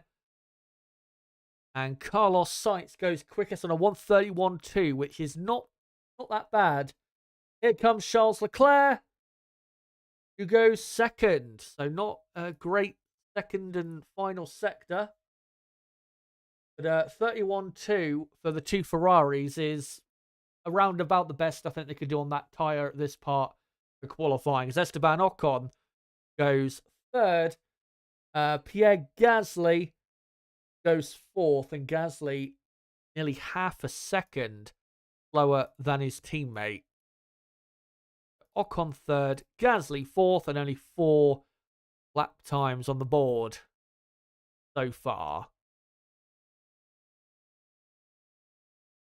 As we're looking at Daniel Ricciardo still in the pit box, and clearly, yeah, teams are wanting to save soft compound tyres, and that's why we've only got 4 cars on the track on the mediums. And, well, hopefully for next year, this will be a lesson for Pirelli that the C3 as the soft compound tyre is too hard. Definitely should have been C4, C3, C2. But mistakes happen. We're looking at the 2 Alpines, probably on their way back to the pits now. And you'd imagine the same will be the case will be the same for the Ferraris, unless they are going to go for a second run. But I don't see why there's any point doing that, because I think, around this track, the second run on that tyre, I don't think it's going to be really that much better. As now comes out all of the other cars: Hulkenberg, Ricciardo, Tsunoda, Albon, Joe, Sargent, the Aston Martins, McLarens, Mercedes, basically everyone else. And they're coming out on the soft compound tyre. Yeah, I think they are. The two Ferraris and the two Alpines are now back in the pits. So those 4 cars are going to be under pressure for the second half of Q1, because by the time all these other cars on soft tyres do their run, Sainz, Leclerc, Ocon and Gasly are going to be pretty far down the order. Yeah, massive queue at the end of the pit lane. One thing I did see coming into qualifying today is the race director has got rid of the regulation about the minimum lap time you need to do on an out lap. So the drivers can go pretty much as slow as they want. So there's no rush necessarily to get out there. There's a replay of Gasly at turn 13. Hits the apex very well, but he had his lap time deleted. So Gasly, has that time deleted. I'll leave him in 4th place, though, because he's going to drop down the field anyway, probably to 20th.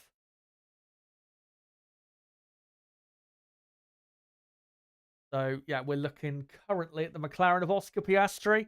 A year ago, Piastri qualified 18th or 19th, something like that, in what was a terrible McLaren car, and then ended up retiring about 10 laps in with a gearbox issue. Surely it will be a better weekend this weekend for the young Australian, who had a good season last year, and in his second season is hoping to assert his authority at McLaren. Through turn 11 he goes. Just firing those tyres up as Hulkenberg, Ricciardo, Albon, Sargent are currently on a flying lap, as Leclerc and Ocon are back out on track on out laps. So I'm assuming they're on soft tyres now. And Carlos Sainz back out on track as well, with 10 minutes to go in Q1. And now Oscar Piastri exits the final corner, opens the DRS. Let's see what Piastri has. A good lap time for Piastri here would be probably a mid 1 minute 30. I think would be a good lap time to start with. Not the smoothest run through turn 1, but still good enough. The first sector is not always going to be a great sector for McLaren, because their power unit that they possess is not that strong compared to the others. And for the first sector, it is not purple, but it is half a second up on Sainz, as Alex Albon now goes quickest for Williams. Let me just update that. Albon up to P1. Ricciardo now goes second. And Hulkenberg goes quickest on a 1:30.6. Also 1:30.6 for Albon. So good pair of lap times there for those two. Hulkenberg quickest, Albon second. Logan Sargent is now in third. And then you've got Yuki Tsunoda up in 4th place, with Ricciardo 5th. Joe is up to 6th, as Oscar Piastri comes to the line and only goes 3rd. And it's only a 10th away from a 1:30.5, but I was expecting him to go quicker than Hulkenberg, as Lance Stroll now goes up to 5th place in the Aston Martin. That is not a good lap time for Stroll. Lando Norris, half a second quicker than Hülkenberg, 1:30.1. That is a very strong first lap time on the board for Lando Norris. And Alonso goes 0.03 of a second slower in second. Max Verstappen comes to the line and does a...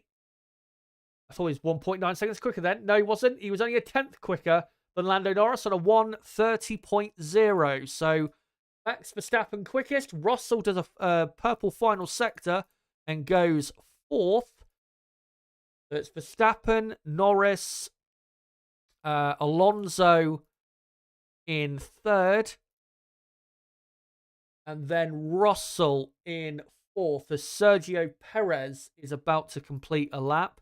Lewis Hamilton only went 9th with his first lap, and Perez now goes 4th quickest. So Perez 4th, Russell is 5th, then Hülkenberg 6th, Albon 7th, Piastri is in 8th place. As Leclerc comes to the line, only 5th as Carlos Sainz on his improved lap and a purple middle sector. Yeah, Albon 8th now, Piastri 9th, Sargent 10th, Hamilton only 11th, and probably going to go 12th now with Carlos Sainz coming to the line. And Sainz does a 1:29.9, and surely that will be good enough to see him into Q2 with 6 minutes to go in Q1. Carlos Sainz quickest by a 10th of a second. From Verstappen 2nd, Norris 3rd, Alonso 4th, Perez 5th, Leclerc 6th, Russell 7th, Hülkenberg 8th, Albon 9th, Piastri 10th, Sargent 11th, Hamilton 12th, Stroll 13th, Tsunoda 14th, Ricciardo 15th, and in that red drop zone you can see, we have Zhou in 16th, Bottas 17th, Magnussen 18th, Ocon 19th and Gasly 20th. So the two Saubers and the two Alpines are genuinely slow. But they do still have one final opportunity to get into Q2.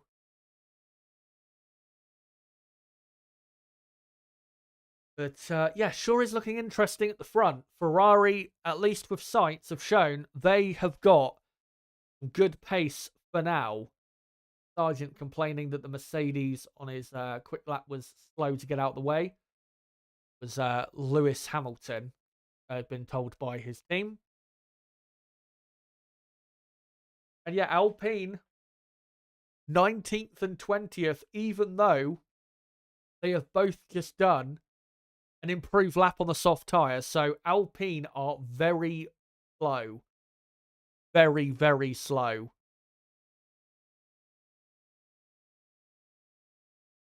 Yeah, I think the two Alpines, I think, will miss out on Q2. The two Saubers, though, they've got a good opportunity still to get through. Racing Bulls are not looking very good, 14th and 15th. Williams are looking solid. McLaren, Piastri's going to have to do a much better lap. He can definitely go quicker. Ferrari looking good. Red Bull looking good. Lance Stroll not looking very good. No surprise there. As cars now coming back out for the final runs in Q1. And yeah, Lewis Hamilton in 12th place. He can surely go a lot quicker than that. Like I said, all the drivers have one final opportunity to get through the Q2, the second stage of qualifying. Out comes Lewis Hamilton on a set of soft compound tyres.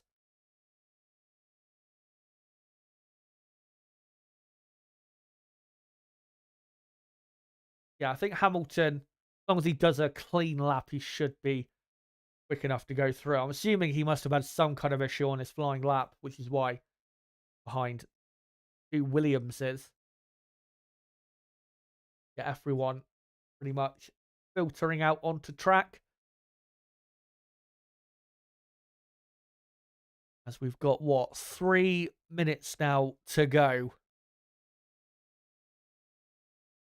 And we're now looking at Zhou Guanyu, who, as you can see on my end, 16th, the first driver that is heading out of Q1, but he's only half a tenth away from Daniel Ricciardo.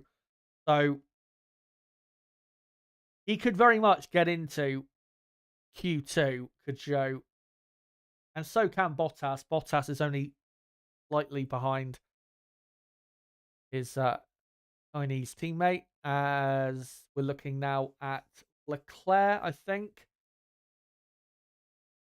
who is on the radio. Bit weird with Leclerc, him not being that quick on that Q1 lap compared to Sainz. I mean, we saw it yesterday as well in practice too. Leclerc slower than Sainz, so either Carlos is really on one or Leclerc is just not quite dialed in. But yeah, Leclerc's not been as quick this weekend as a driver as I thought he would be. As Zhou Guanyu on his final lap now, just exiting turn 4. And is half a tenth inside the time he needs to beat. So looking good so far. The middle sector, though, really is the sector that gets the job done at this Sakhir International Circuit. As Valtteri Bottas, much better middle first sector than Zhou, 10th quicker than Zhou. Bottas is looking good. What's Magnussen doing for the first sector? Pretty much as good as Bottas, actually slightly better. So big improvement. The track evolution should be quite big. As Zhou only 5 thousandths of a second inside the time he needs to beat. If Zhou does get into the top 15, I don't think he's going to stay there long unless he has an amazing final sector as he comes to finish now his final qualifying lap. And the final corner is a mess. Bit of understeer, bit of oversteer, bit of everything. Comes to the line. He goes 11th, but I don't think he's going to stay there at all. As cars getting out of the way for Valtteri Bottas is Oscar Piastri, only goes 8th. Might be a bit of trouble with that later. We'll have to see. As Bottas goes 11th. Kevin Magnussen now comes to the line, who's currently 18th. Magnussen goes 10th. Magnussen might just get through with that lap time. Tsunoda, not done a personal best middle sector. As who else has improved? Someone else has just improved to go up the order. And can't quite see who it is. But Yuki Tsunoda goes up to 9th. So despite not having a great middle sector, he has improved. And it's Alex Albon who has gone up to 8th place, as Daniel Ricciardo only goes 11th. So Bottas on the cusp now. Lance Stroll was in the drop zone and improves all the way up to 2nd. As the checkered flag now flying, these are the final laps. Lewis Hamilton, still not a great lap, and he goes 10th. So Bottas and Zhou are in the drop zone, and they are out of qualifying. And Logan Sargent is now in 18th. Ocon and Gasly, though, they are still out there trying to improve. Ocon about a 10th away from Magnussen, who he needs to beat on lap time. After the first 2 sectors, is Gasly doing any better? Not really. And I think these 2 Alpines are not going to get through. As they come to the line, Esteban Ocon. And yeah, Ocon stays 19th, 10th and a half away from Magnussen. And Pierre Gasly stays in 20th. Alpine on the back row of the grid. Hall of shame performance from the Alpine team. Not the drivers, but the team behind them. But guys, that is it for Q1. Let's go through who is on their way to Q2. Carlos Sainz, Lance Stroll, Max Verstappen, Lando Norris, Fernando Alonso, Sergio Perez, Charles Leclerc, George Russell, Alex Albon, Lewis Hamilton, Yuki Tsunoda, Oscar Piastri, Daniel Ricciardo, Nico Hülkenberg and Kevin Magnussen. And as you can see, knocked out in the very first Q1 of the season. Valtteri Bottas, Zhou Guanyu, the two Saubers, Logan Sargent in 18th. That is poor from Sargent. Esteban Ocon 19th. And Pierre Gasly 20th. The two Alpines out in Q1. And Q2 will be underway probably in about 3 or 4 minutes from now. And is, of course, a 15-minute long session. I'll get the timer synced up when I can. Probably at the 14-minute mark. So there you go. Alpine are legitimately slowest. I don't think this track suits their car as well as other tracks will. But still, that is embarrassing. To have the worst car. And probably won't get that much better tomorrow. So, yeah, let me know what you think, guys, of Alpine. You remember towards the end of last season, their car was actually pretty good at times. I mean, Gasly was having some good results, was fighting with certain front runners. And they had a competitive-ish car, and they were regularly in the top 10 with at least one driver. Now suddenly they come here a few months later and they have the worst car. They did say after their car reveal that they do think it'll take a few races to understand their car because they've basically gone for a new car concept, try and close the gap. They've ended up extending it by double. So yeah, well done, Alpine. Well done. Superb effort. Sauber, I've got to say, though, also quite a shock. I thought their car would be better than that. 16th and 17th. Not good enough for that team. I can see, by the way, that we're on 139 likes. Thank you for that. But we are only 11 likes away from 150. So if you haven't hit the like button yet, make sure to do so. Let's get up to 150 likes if we can in the next, say, 10 minutes or so. At least by the end of Q2. But, and as well, make sure to keep voting in that poll at the top of the live chat where I've asked you guys, who do you think will take pole position for the 2024 Bahrain Grand Prix? Your options for voting are Verstappen, Hamilton, Leclerc, or Sainz. I think it will be Max Verstappen. Let me know whether you disagree or agree. So, I'll just wait to see when we look like we're about to get underway for Q2, and then I'll get the other graphics up for Q2 showing the cut-off zone and the cut-off line and all of that. But Carlos Sainz, quickest on a 1:29.9. Pretty good lap time. And I think, honestly, a late 1:28, 1:28.8 or 1:28.9 very well could be possible for pole position. One of the Alpines there having to go through the weighbridge. Yeah, okay. For them, but let me get up my other bits of graphics. So there is the cutoff line. And now you can see that the 11th to 15th position now in red. So yeah, obviously 11th to 15th. Anyone who is in those positions by the end of Q2 will be out at the end of Q2, and it'll just be a top 10 shootout from then on in. Astro Stevo saying Aston Martin car pretty good here. Seems so. Yes, Stroll ended up going second. Alonso was fifth. I don't think Alonso even improved his lap time. So, yeah, Aston Martin continue to impress. But it's all about Q3, isn't it? That's where they need to deliver it the most. Of course, last year in qualifying here in Bahrain, it was 5th and 8th. I don't think they would be that disappointed with that if they got that again, given what they went through at times last year. But we'll see. We'll see. I think Q2 will definitely find out a bit more about the performance of the cars.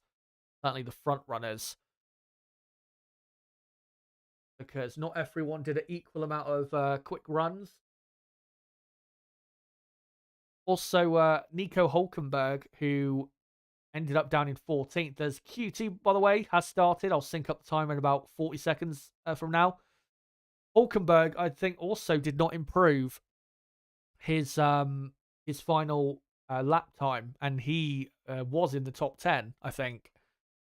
So keep an eye out for Hulkenberg. Of course, made Q3 surprisingly a year ago.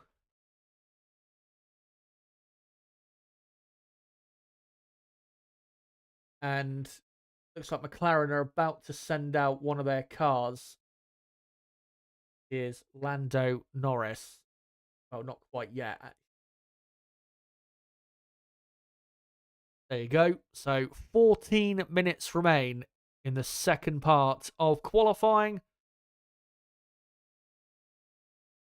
And yeah, in terms of drivers, I would say the only poor performance really from the drivers that were knocked out in Q1 has to be Logan Sargent. You know, Albon in the top 10, Sargent in 18th. Where have we heard that before? Just occurs too much with the guy. He just can't deliver when he needs to. Albon is always way too far ahead of him. As looks like George Russell is about to come out on track. Russell, who outqualified his teammate at this Grand Prix last year, only by, I think, a couple hundredths of a second.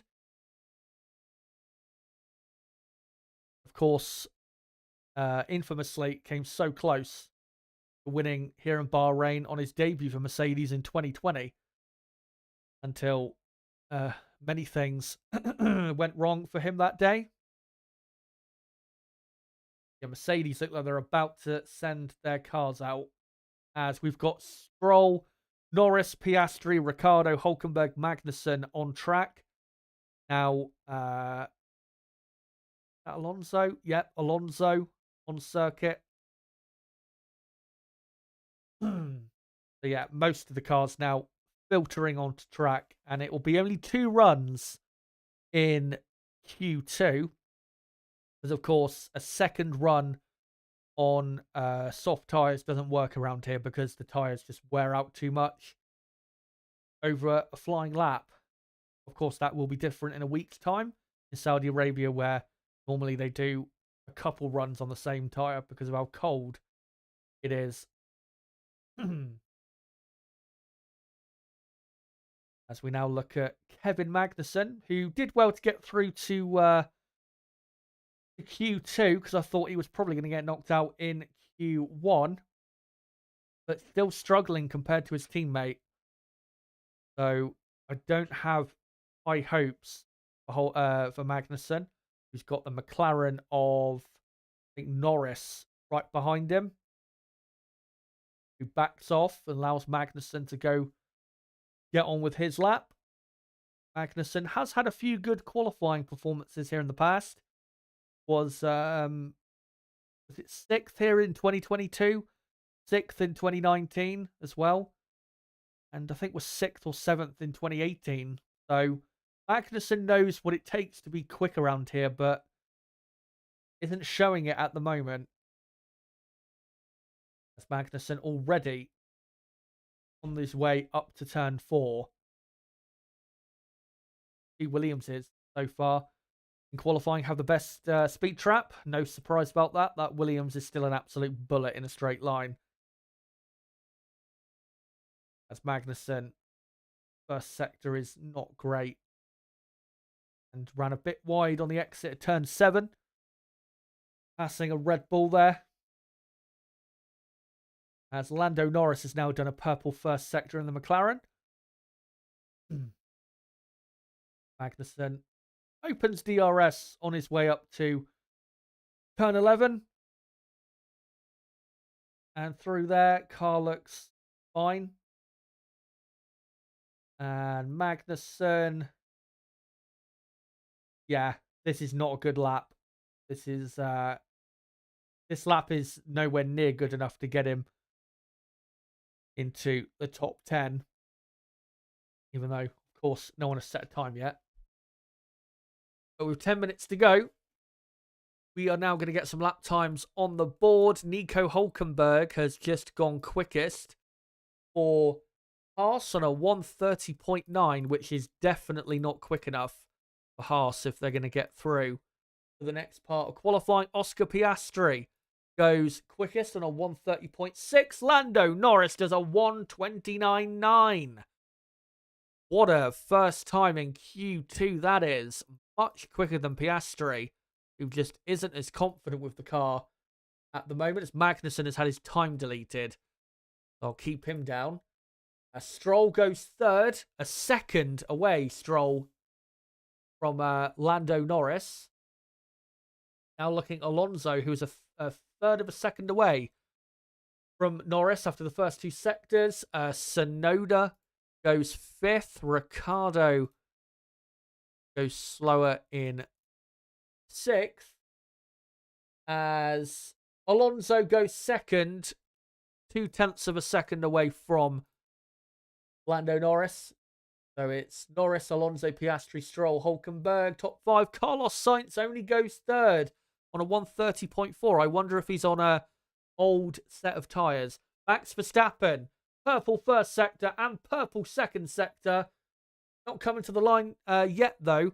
Charles Leclerc has just been over the line and gone second.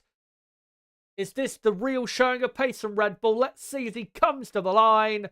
And it's a 1:29.3. Max Verstappen shows his intent. As Sergio Perez goes second and half a second away from his teammate. Max is on another planet. The Verstappen quickest, Perez second, Norris third, Leclerc fourth, Alonso fifth, Sainz sixth, Piastri seventh, Russell only eighth. Lewis Hamilton only goes sixth. So Mercedes are struggling a bit with their car. Hamilton sixth, Sainz seventh, Piastri eighth, Russell ninth, Stroll 10th. And in the drop zone, we've got Hulkenberg, Tsunoda, Ricciardo, Albon, and Magnussen. But yeah, a 1:29.3 from Max. That's about that's about as good, I think, as you're going to get here in Q2. Maybe someone can go a 10th quicker. Probably not. But we do know that there is a couple runners out there that haven't gone as quick as what they did in Q1. Carlos Sainz, for example, half a second slower than what he did in Q1. So you can imagine Sainz has got more pace in the bag. Unless the track and its grip has just magically changed around. As incident involving George Russell be investigated after the session following failing to follow race director's instructions about maximum delta time. I thought they got rid of that. I was sure they got rid of that, but clearly not. Nib saying Lando on a scrub set. Right. Well, I think Carlos Sainz definitely is on a scrub set, but good to know about Lando. Good time from Lando, if that is, I believe that, you are telling the truth. So, yeah. 1:29.9 on a scrub set of tyres. That's pretty good. For McLaren, they all now come back in to get refueled. And all, obviously, will be on fresh, soft tyres for the second run here in Q2. As Russell is just getting his tyres popped out. But, yeah. Piastri, Russell, and Stroll definitely are, can improve by quite a bit. Lance Stroll, I do feel, is under threat in 10th place, definitely. Only being barely ahead of Hulkenberg and only barely really ahead of Tsunoda, Ricciardo, and Albon as well. Because I do feel like Nico Hulkenberg can do a better lap. So, yeah, we'll see if that is true. And of course, we do know from last season, Hulkenberg was much, much better in qualifying than Lance Stroll was. As according to AWS, the projected knockout time is a 1:30.3, which is currently what Lewis Hamilton is sitting on. As some cars now coming out on track, ready to go again. Yeah, 2 Haas's we got. Well, basically everyone now coming out onto the track. So pretty quick turnaround for the teams. Quite impressive. And not sure necessarily how likely it is that we're going to get a surprise elimination. But you never know in qualifying. As we saw last season in so many qualifying sessions, surprises do happen quite frequently in qualifying. I mean, last year we had so many mixed up grids. Even though it might not have felt like it, we did.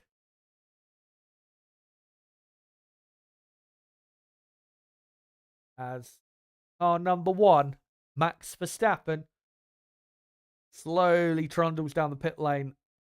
And I would imagine Verstappen is just going to try and get his eye in for Q3. Because he doesn't need really to be out there again. He definitely doesn't need to be out there again because his lap time of a 1:29.3 is easily good enough for him to get through to Q3. As we look at Alex Albon, who did score a point here in Bahrain last year, had a pretty good race for Williams at the start of what was a good season for the team. And 14th, I'm sure Williams think they can do better than that. I think if Albon can get, say, at least 12th on the grid, I think they'd be happy with that. As Russell and Hamilton now come out of their pit boxes. Piastri's out on track. Lando Norris now just coming out on track. So, yeah, everyone now is out there. As we are looking at Alex Albon, who has a new steering wheel, the Williams, for this year. The butterfly design is gone. As Albon braking hard for turn 1. Albon, I think, was on the podium here in 2020. So decent history for Albon in Bahrain. As on this final qualifying 2 lap, he comes through turn 4. And the first sector, is it a good start to the lap? Yes, it is. 3.5 tenths up on Stroll, who, of course, is the main driver at risk in 10th. And we remember last year that Albon was so good in qualifying. Really why he was so good last year. As Ricciardo as well was a good first sector. Again, though, the middle sector is the real key. And it looks like the middle sector has been as good as it's going to be for Albon. And, yeah, this is a good lap for Albon as Nico Hulkenberg goes from 11th all the way up to 2nd place. And if the others in the drop zone can improve like that, then some people are going to be at risk as Piastri goes up to 6th place. Alex Albon goes 8th for Williams. As we've got, who else have we got who has improved? As Kevin Magnussen only goes 11th. Lance Stroll improves up to 8th. I'm not sure if that's going to be good enough. Daniel Ricciardo, only 10th. I don't think that will be good enough. We've now got Hamilton, Sainz and Russell in the drop zone. Carlos Sainz, though, goes 2nd. Only 0.2 of a second away from Max Verstappen. With the purple middle and final sector, Tsunoda out-qualifies his teammate and pushes Ricciardo out of Q2. But will Tsunoda get through? As Alonso up to third as the checkered flag now waves. As Leclerc, currently in seventh, comes to the line and goes quickest on a 1:29.1. That is a lot more like it. So both Mercedes are in the drop zone, but they are both on laps. And surely they have got the pace to get through, but you never know. And if the two Mercedes do get through, and they do go higher than Tsunoda and Stroll, then it will be Tsunoda and Stroll obviously knocked out. As Russell, not a good middle sector. Half a tenth down on Stroll.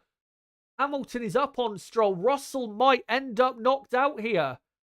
We saw so many times last year Russell having disappointing qualifying sessions. Will it continue in 2024? No, it will not. Brilliant final sector, and Russell goes up to sixth. Lewis Hamilton to the line. And Hamilton goes fourth. So both Mercedes cars are through, but it was close. And Yuki Tsunoda by 0.007 of a second, a James Bond of a second, misses out on Q3. But guys, that is Q2 over and done with. Let's go through your drivers who are through to the shootout. Charles Leclerc, Max Verstappen, Carlos Sainz, Lewis Hamilton, Fernando Alonso, Nico Hülkenberg.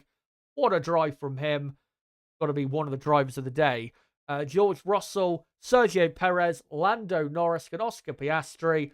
And knocked out in Q2, Yuki Tsunoda. Once again disappointing. Lance Stroll, Alex Albon, Daniel Ricciardo, and Kevin Magnussen. So there you go, guys. That is Q2 done with. And just one final mini session to go. Q3, of course, 12 minutes long. Try and sync that timer up at the 11-minute mark once we get to it. But wow. Nib saying in the chat, Leclerc, God tier sector 2. Yeah, what a final. Definitely after that first sector, what a final bit to final second and third sector for the lap. But Max, of course, did not improve on the lap he did, so who knows? Maybe Ferrari can get pole position. I thought it was possible back on Wednesday when I did my season preview, but wasn't too hopeful after yesterday. But maybe they can get it. Of course, Leclerc, when he started 2022 so well, he ended up on pole here in Bahrain. Leclerc 3/10 quicker than everyone in Sector 2. Wow.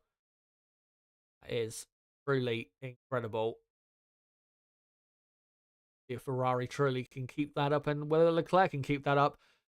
Just want to say quickly, whilst we have almost 700 people watching live, thank you guys so much for coming along.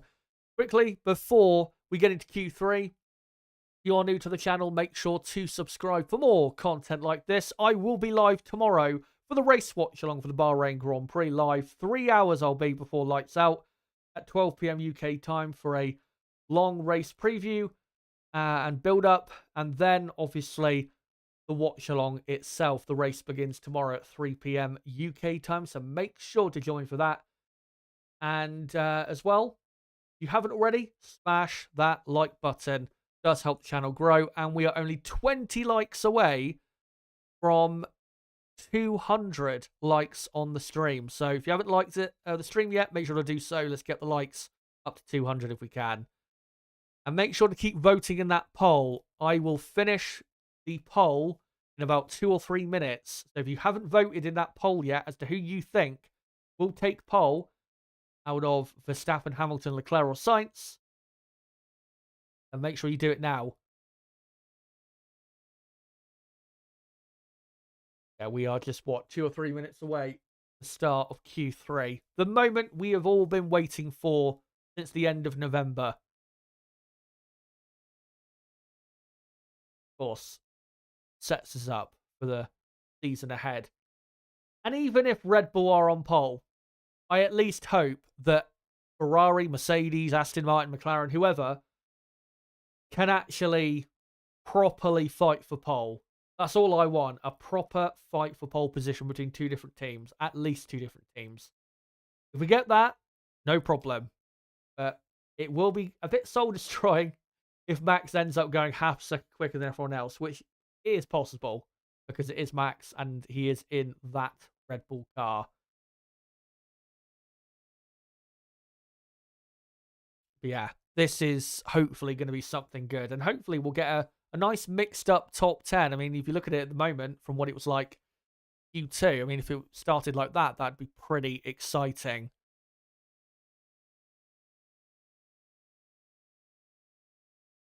Fans eagerly waiting to see what happens here. Sergio Perez, currently in his garage on the TV. In the car, looking through data by the looks of it to see where he's losing time. Perez was only in 8th place in Q2, but I don't think he or Max did a second running Q2. So, really, they've got a second, or they've got a fresh or fresher, let's say, set of tyres. They did go out, but they didn't do like they didn't actually finish a lap time, I don't think.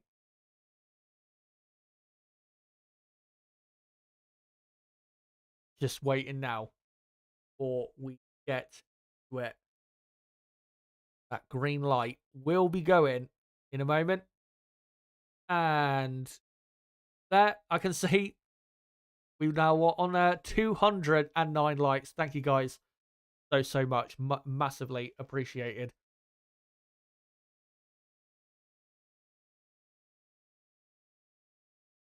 I'm looking on the TV broadcast at the Mercedes of George Russell, who had a bit of a scare in Q2. Mercedes in general do not look as good as they did yesterday. Maybe in reality, this is where Mercedes are at. They just weren't as quick as Ferrari and Red Bull. Maybe their performance at the minute, you could say, is more in line with what we thought after testing, that they are third best team at best. Still plenty to be decided. And of course, we've got the race tomorrow. And Mercedes, I think, are quite hopeful over their race pace.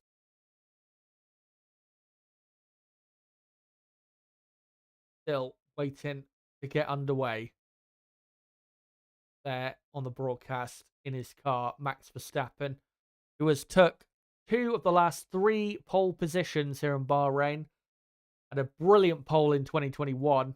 It was the I think like 2 or 3 tenths of a second quicker than Hamilton. As out comes some cars now, as the session has now begun, and Russell just gets out ahead of Max Verstappen there. Yeah, obviously last year Max on pole by a decent margin. But I will just quickly wait until we get to the 11-minute mark so I can sync the timer up, and then I will read out the results of the poll.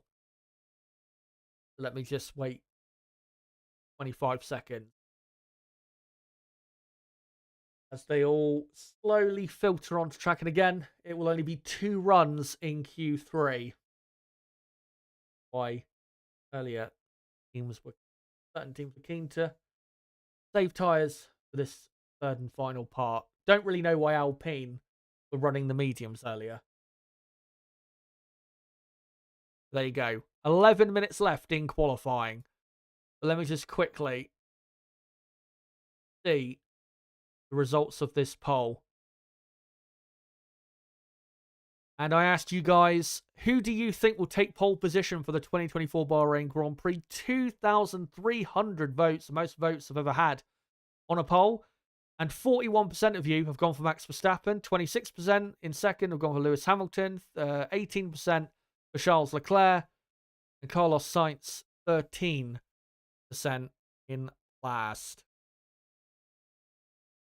Nib saying in the chat that quite a few cars out there are on a used set of soft tyres to start Q3, which is not necessarily a surprise. Crystal Racing, did you, Chaz, predict Alpine to be last? I thought they would be the slowest team, but I didn't think necessarily they would be literally 19th and 20th. So, yeah. Embarrassing, but surely they could get better. As we've got some cars now starting some flying laps. Hulkenberg, Norris, Piastri have started their penultimate flying laps in qualifying. Now, so does George Russell. And yeah, I think pole position is going to be probably, from what Leclerc did at the end of Q2, I'd say pole position is probably going to be at best a mid 128, like a 28.6, maybe a 28.5. So for a first run, you probably want to be doing like a late 128 or an early 129 if you're actually going to be fighting for pole. As Russell does a purple first sector. But so does Max Verstappen. Russell, DRS open now down to, or up to, turn 11. As Charles Leclerc has started his first run in Q3. And Russell, to the middle sector he comes, as Hulkenberg sets the first lap time of Q3. Don't know what lap time it is. As Lando Norris immediately replaces him, but again, I don't know what the lap time is. They're not going to go. Oh, it's a 1:29.6 for Norris, which is not that great, as Piastri does a 1:30.6, which is very bad. As here comes Russell, who does a 1:29.6 and goes a few hundredths of a second quicker than Lando Norris. Here comes Max Verstappen, though.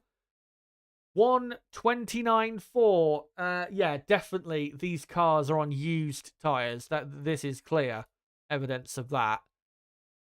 As Lewis Hamilton, 1:30.4 and only goes 4th. Sergio Perez to the line. He now goes into 4th place on a 1:30.0. So Verstappen and Russell on the front row for the moment. Carlos Sainz to the line. 2/10 down on Verstappen and only 3rd. And we now wait for Charles Leclerc, who comes to the line and goes 0.06 of a second slower than Max into 2nd place, even though he did a purple final sector. But I think basically everyone went slower, really, than what they did in Q2. So a bit of a tease we just saw there of what might happen in the final part, very ends, let's say, of qualifying. But once they all get fresh tyres on, we're going to see much better lap times. There is no doubt about that.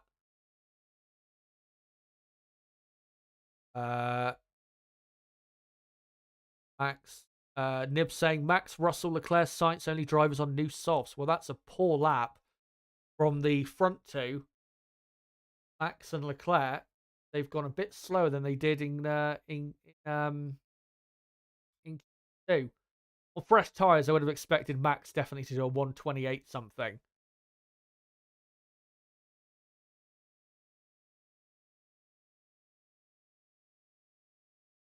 Yeah.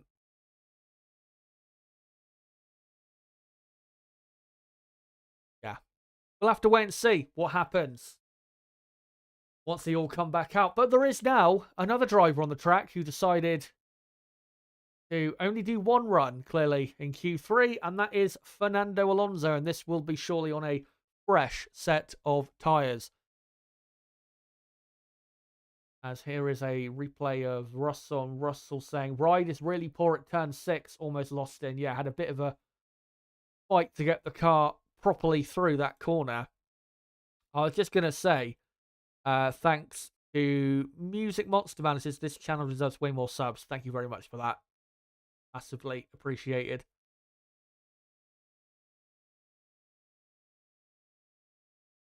But yeah, let's have a look at this lap of Alonso, who is just coming to the final couple corners of his outlap. And Alonso, I can't remember what time he did in Q2. It was he was 5th in Q2, but I can't remember the lap time. I think it was a 1:29 something, but I just can't remember what it was. But if Alonso can go at least, say, well, if this is Alonso's final lap in qualifying, I think he'd be going at least 3rd. Yeah, let's see. Can Fernando do it? Fernando, by the way, last pole position he had in Bahrain 19 years ago in 2005. Of course, won that weekend, but completely different time period compared to where we are at now.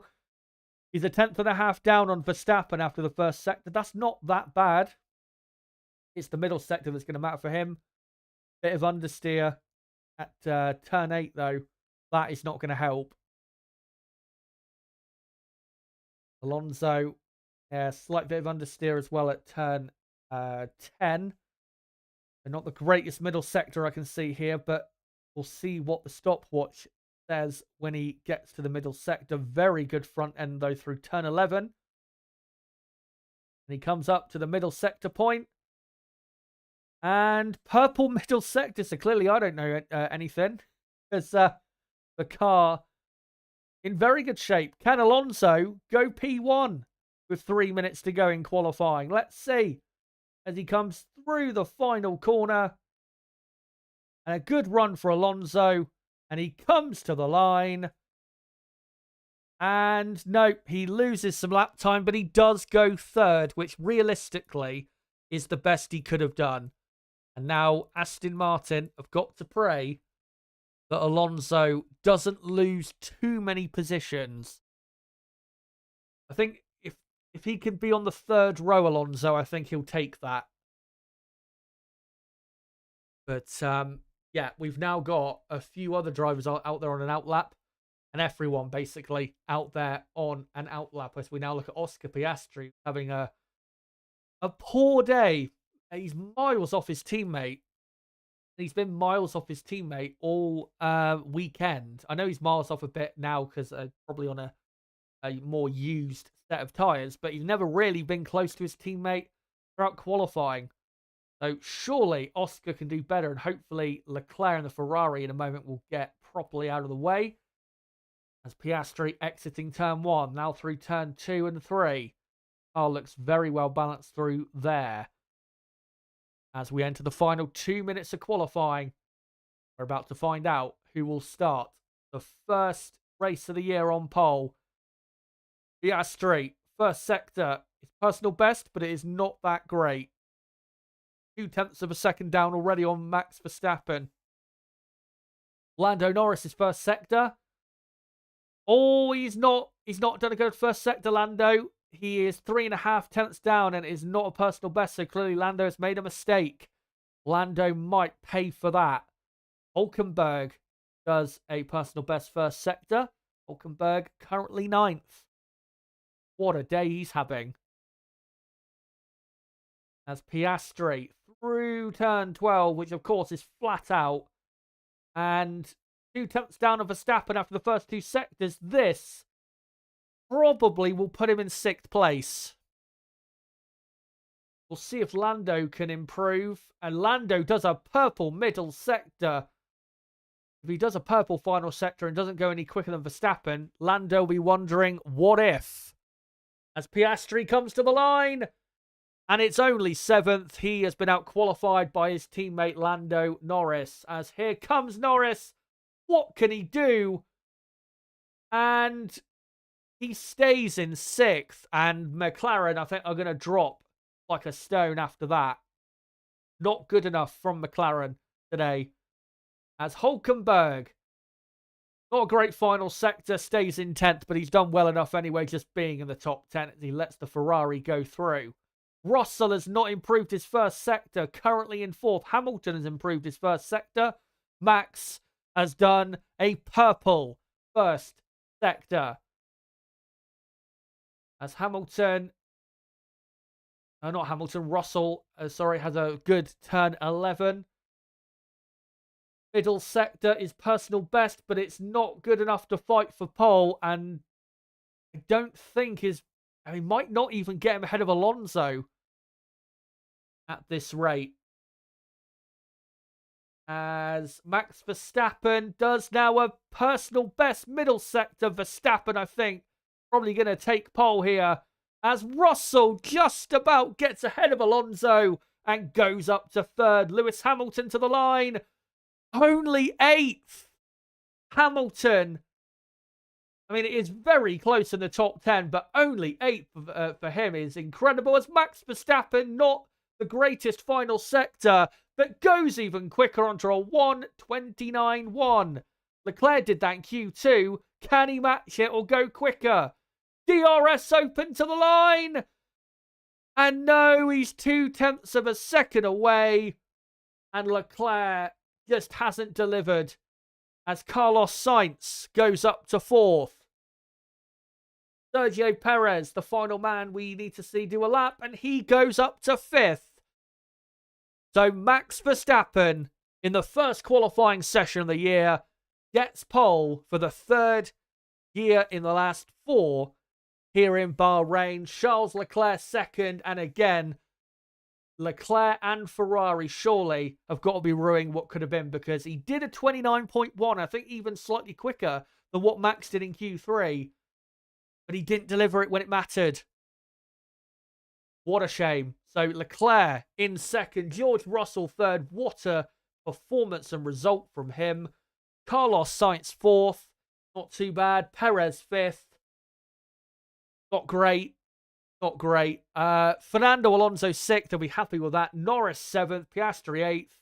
Not really that much different from what I expected from McLaren. Lewis Hamilton 9th. An absolute shocker for Lewis Hamilton. Yeah, he is going to struggle a bit tomorrow to get anywhere near the podium. Nico Hülkenberg 10th. Got to be one of the drivers of the day, surely. And then knocked out in Q2. Tsunoda, Stroll, Albon, Ricciardo, Magnussen. And knocked out in Q1 earlier. Bottas, Zhou, Sargent, Ocon, and Gasly. But yeah, that is qualifying for the Bahrain Grand Prix. And the race, of course, is tomorrow. Before you, obviously, I'm going to ask you guys, who do you think is driver of the day for qualifying here in Bahrain? Let me know in the chat who you think driver of the day is in Bahrain. I'm actually setting up a poll right now to ask you guys exactly that. So if you just wait a minute or so, it'll appear in the chat. The options for driver of the day will be Max Verstappen, George Russell, I'll put in there. Fernando Alonso, I'll put in there. I think Alonso did a good lap there. I think he maximized the car, which you cannot ask anymore. And then Nico Hülkenberg in 10th place. I think he deserves to be in there. And yeah, Henk saying in the chat, and it is true, only half a second covering the top 9. I said it'd be a close top 10, and it was. It was a very close top 10 or top 9. And it shows that maybe Red Bull still overall have the best car, but it is still close. They're not miles ahead of everyone. But yeah, there you go. Let me know who is your driver of the day for qualifying in Bahrain. I am going to go... It's hard to say. Let me just look at the gaps. The exact gaps on the Formula 1 website. And I'll let you go. I just want to see how close Russell was to pole. Just give me a second, guys. So 0.3 off. It's hard to say. I'm gonna go Max Verstappen because with Russell third, 0.3 of a second off pole. Of course, coming into qualifying, I thought Mercedes would be about that far off and would be around that position. So it's not exactly much better than I thought Mercedes would be. Good lap from Russell. Very good lap.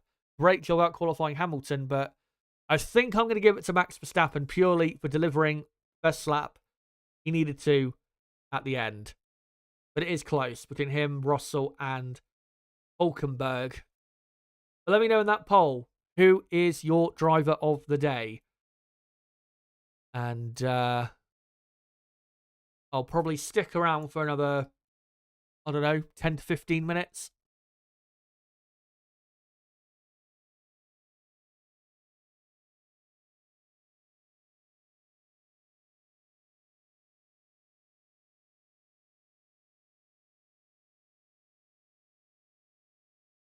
So, right. So I was just checking Twitter there to see if there was any news to bring you guys, but I can't see anything. Marcus Yee saying 2024 Max wins his 4th championship. Congratulations. Let's go for 2025. Looney Classic says performances like today validate why Toto gave Lewis a short-term contract. He's not consistent like he used to be. Yeah, I think you could very well argue that. Yeah, I can't explain today. I cannot explain it. That is a poor performance. 1/4 of a second away from Russell and 9th on the grid. That is his worst qualifying ever in Bahrain. It is bad. Very, very bad. Mangala saying, all right, see you guys next year.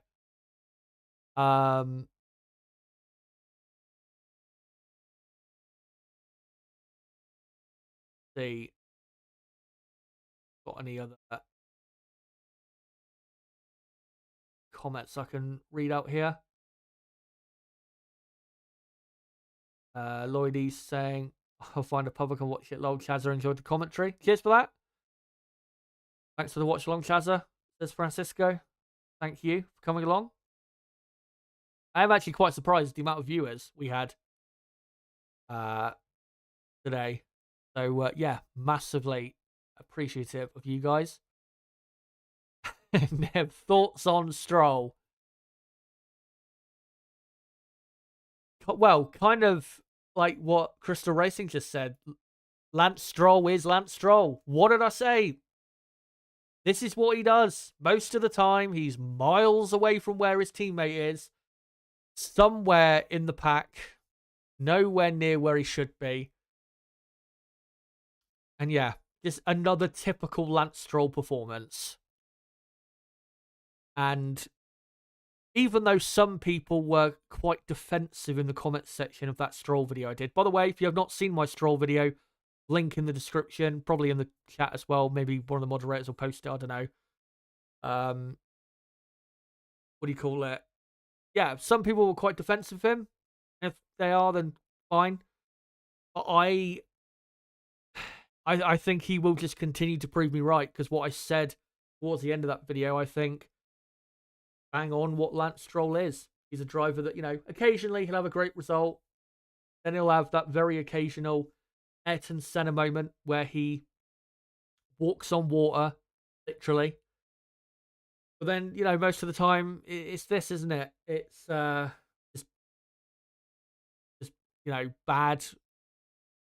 bad pace, bad result.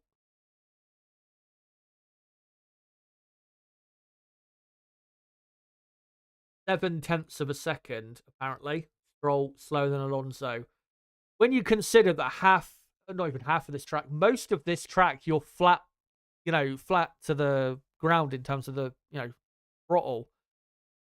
Mostly flat out, this track. You can't excuse 0.7 of a second. But of course, Aston Martin will, because the only reason Lance Stroll has a seat at that team is nepotism. And I absolutely despise nepotism. I think everyone on the planet should. I think basically everyone does. Because it just ruins organizations, things in general. And Aston Martin as a team will never hit their true potential with a driver like that in their car, it just won't happen. And the sooner they drop him, the better. Music Monster Man saying 2023 Groundhog Day. Silverback says, great, cool, Chaz. I'll have to attend a meeting. Great seeing everybody. Cheers, mate, for coming along.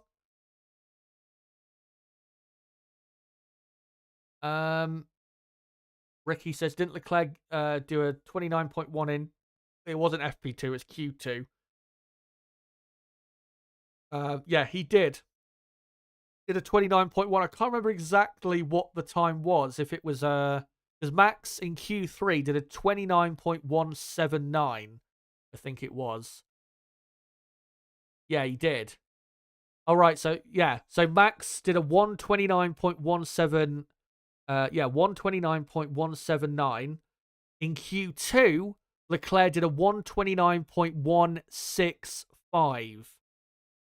So the best lap time in all of qualifying goes to Charles Leclerc.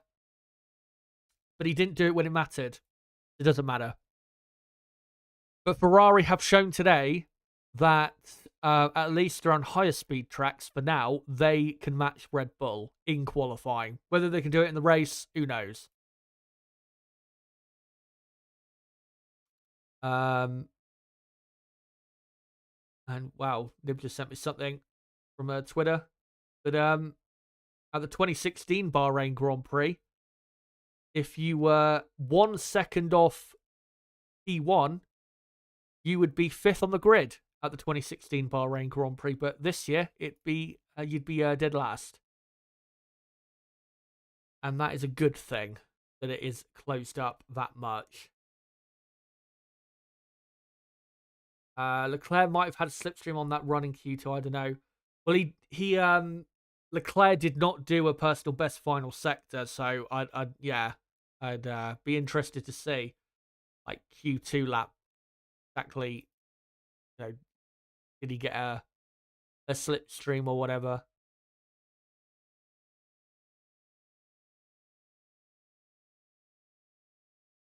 Gas needs to ring Merc ASAP. I think both drivers need to be ringing someone to get themselves out of jail.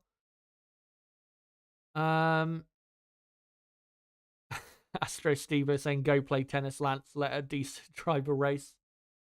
Putting it brutally honest there. Hank asking Chaz, more excited about a title fight, drivers and constructors this year than 2022 and 2023?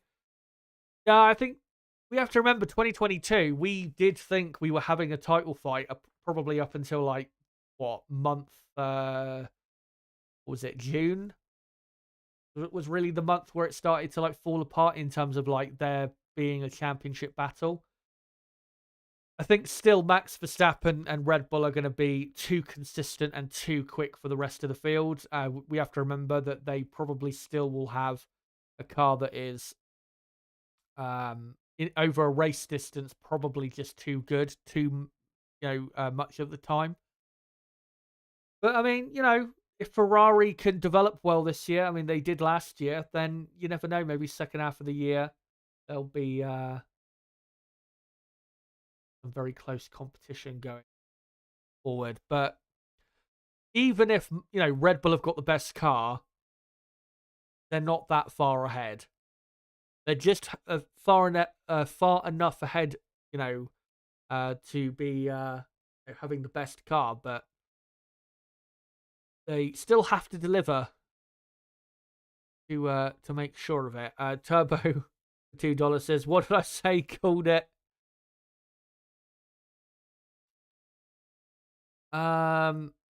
What is dead says was hoping for a Yuki P10. Gotta say, Tsunoda, I think 11th place is a decent result for him and not too bad for Racing Bulls.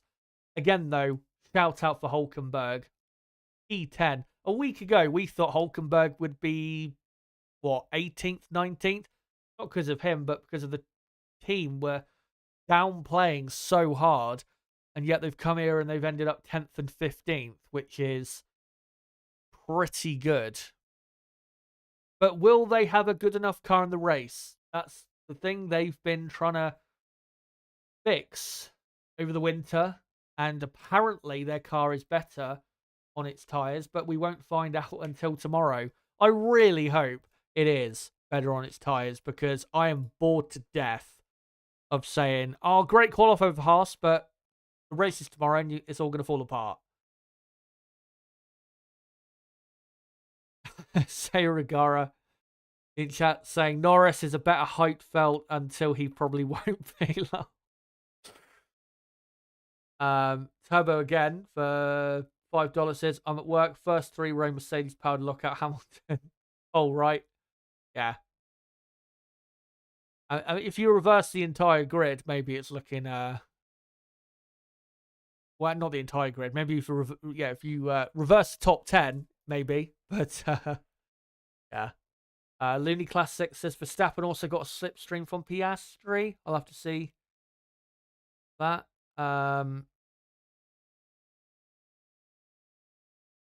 Norris is a Barrichello regen, says Crystal Racing. Are we just gonna compare him to all the number 2 drivers or midfield drivers in history? You know, we're gonna next. It'll be he is the Heinz Harald Frentzen of his generation. By the way, if you've got Twitter, any of you, or X, whatever you want to call it, go and follow Heinz Harald Frentzen, because he's on it and he tweets some pretty good stuff. He's quite active on what I still call Twitter.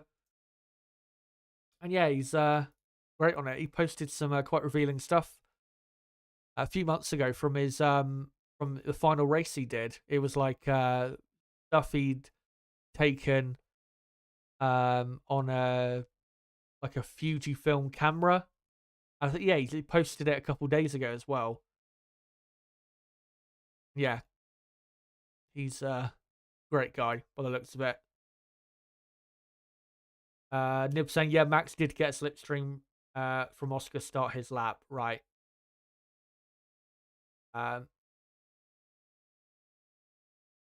It's got blocked by Musk for dissing Tesla. I didn't know that. That's great if that's true. Herman the Tosser says, Frentzen was my favourite driver, Jordan 99.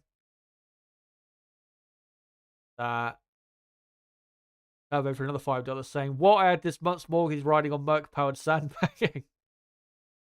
Here's for the super chats, mate. And I'm sure Mercedes, or the Mercedes-powered teams, will come to life tomorrow, especially with 4 of them all alongside each other in the top 10. Alonso 6th, Norris 7th, Piastri 8th, Hamilton 9th. Russell, by the way, will remember he is being investigated, I think, currently for that failing to follow the race direction instructions. So, yeah. We'll see whether he gets a grid penalty.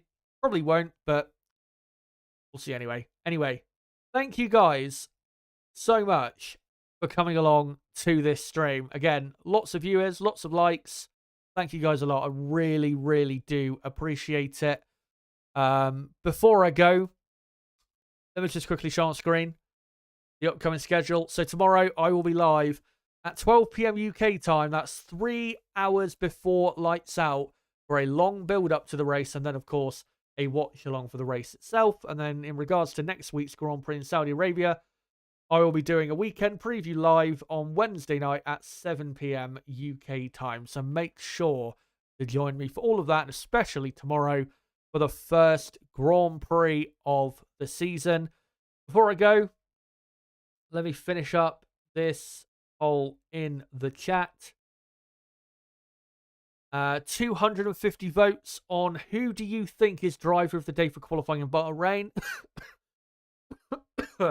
And 61% of you have gone for Max Verstappen.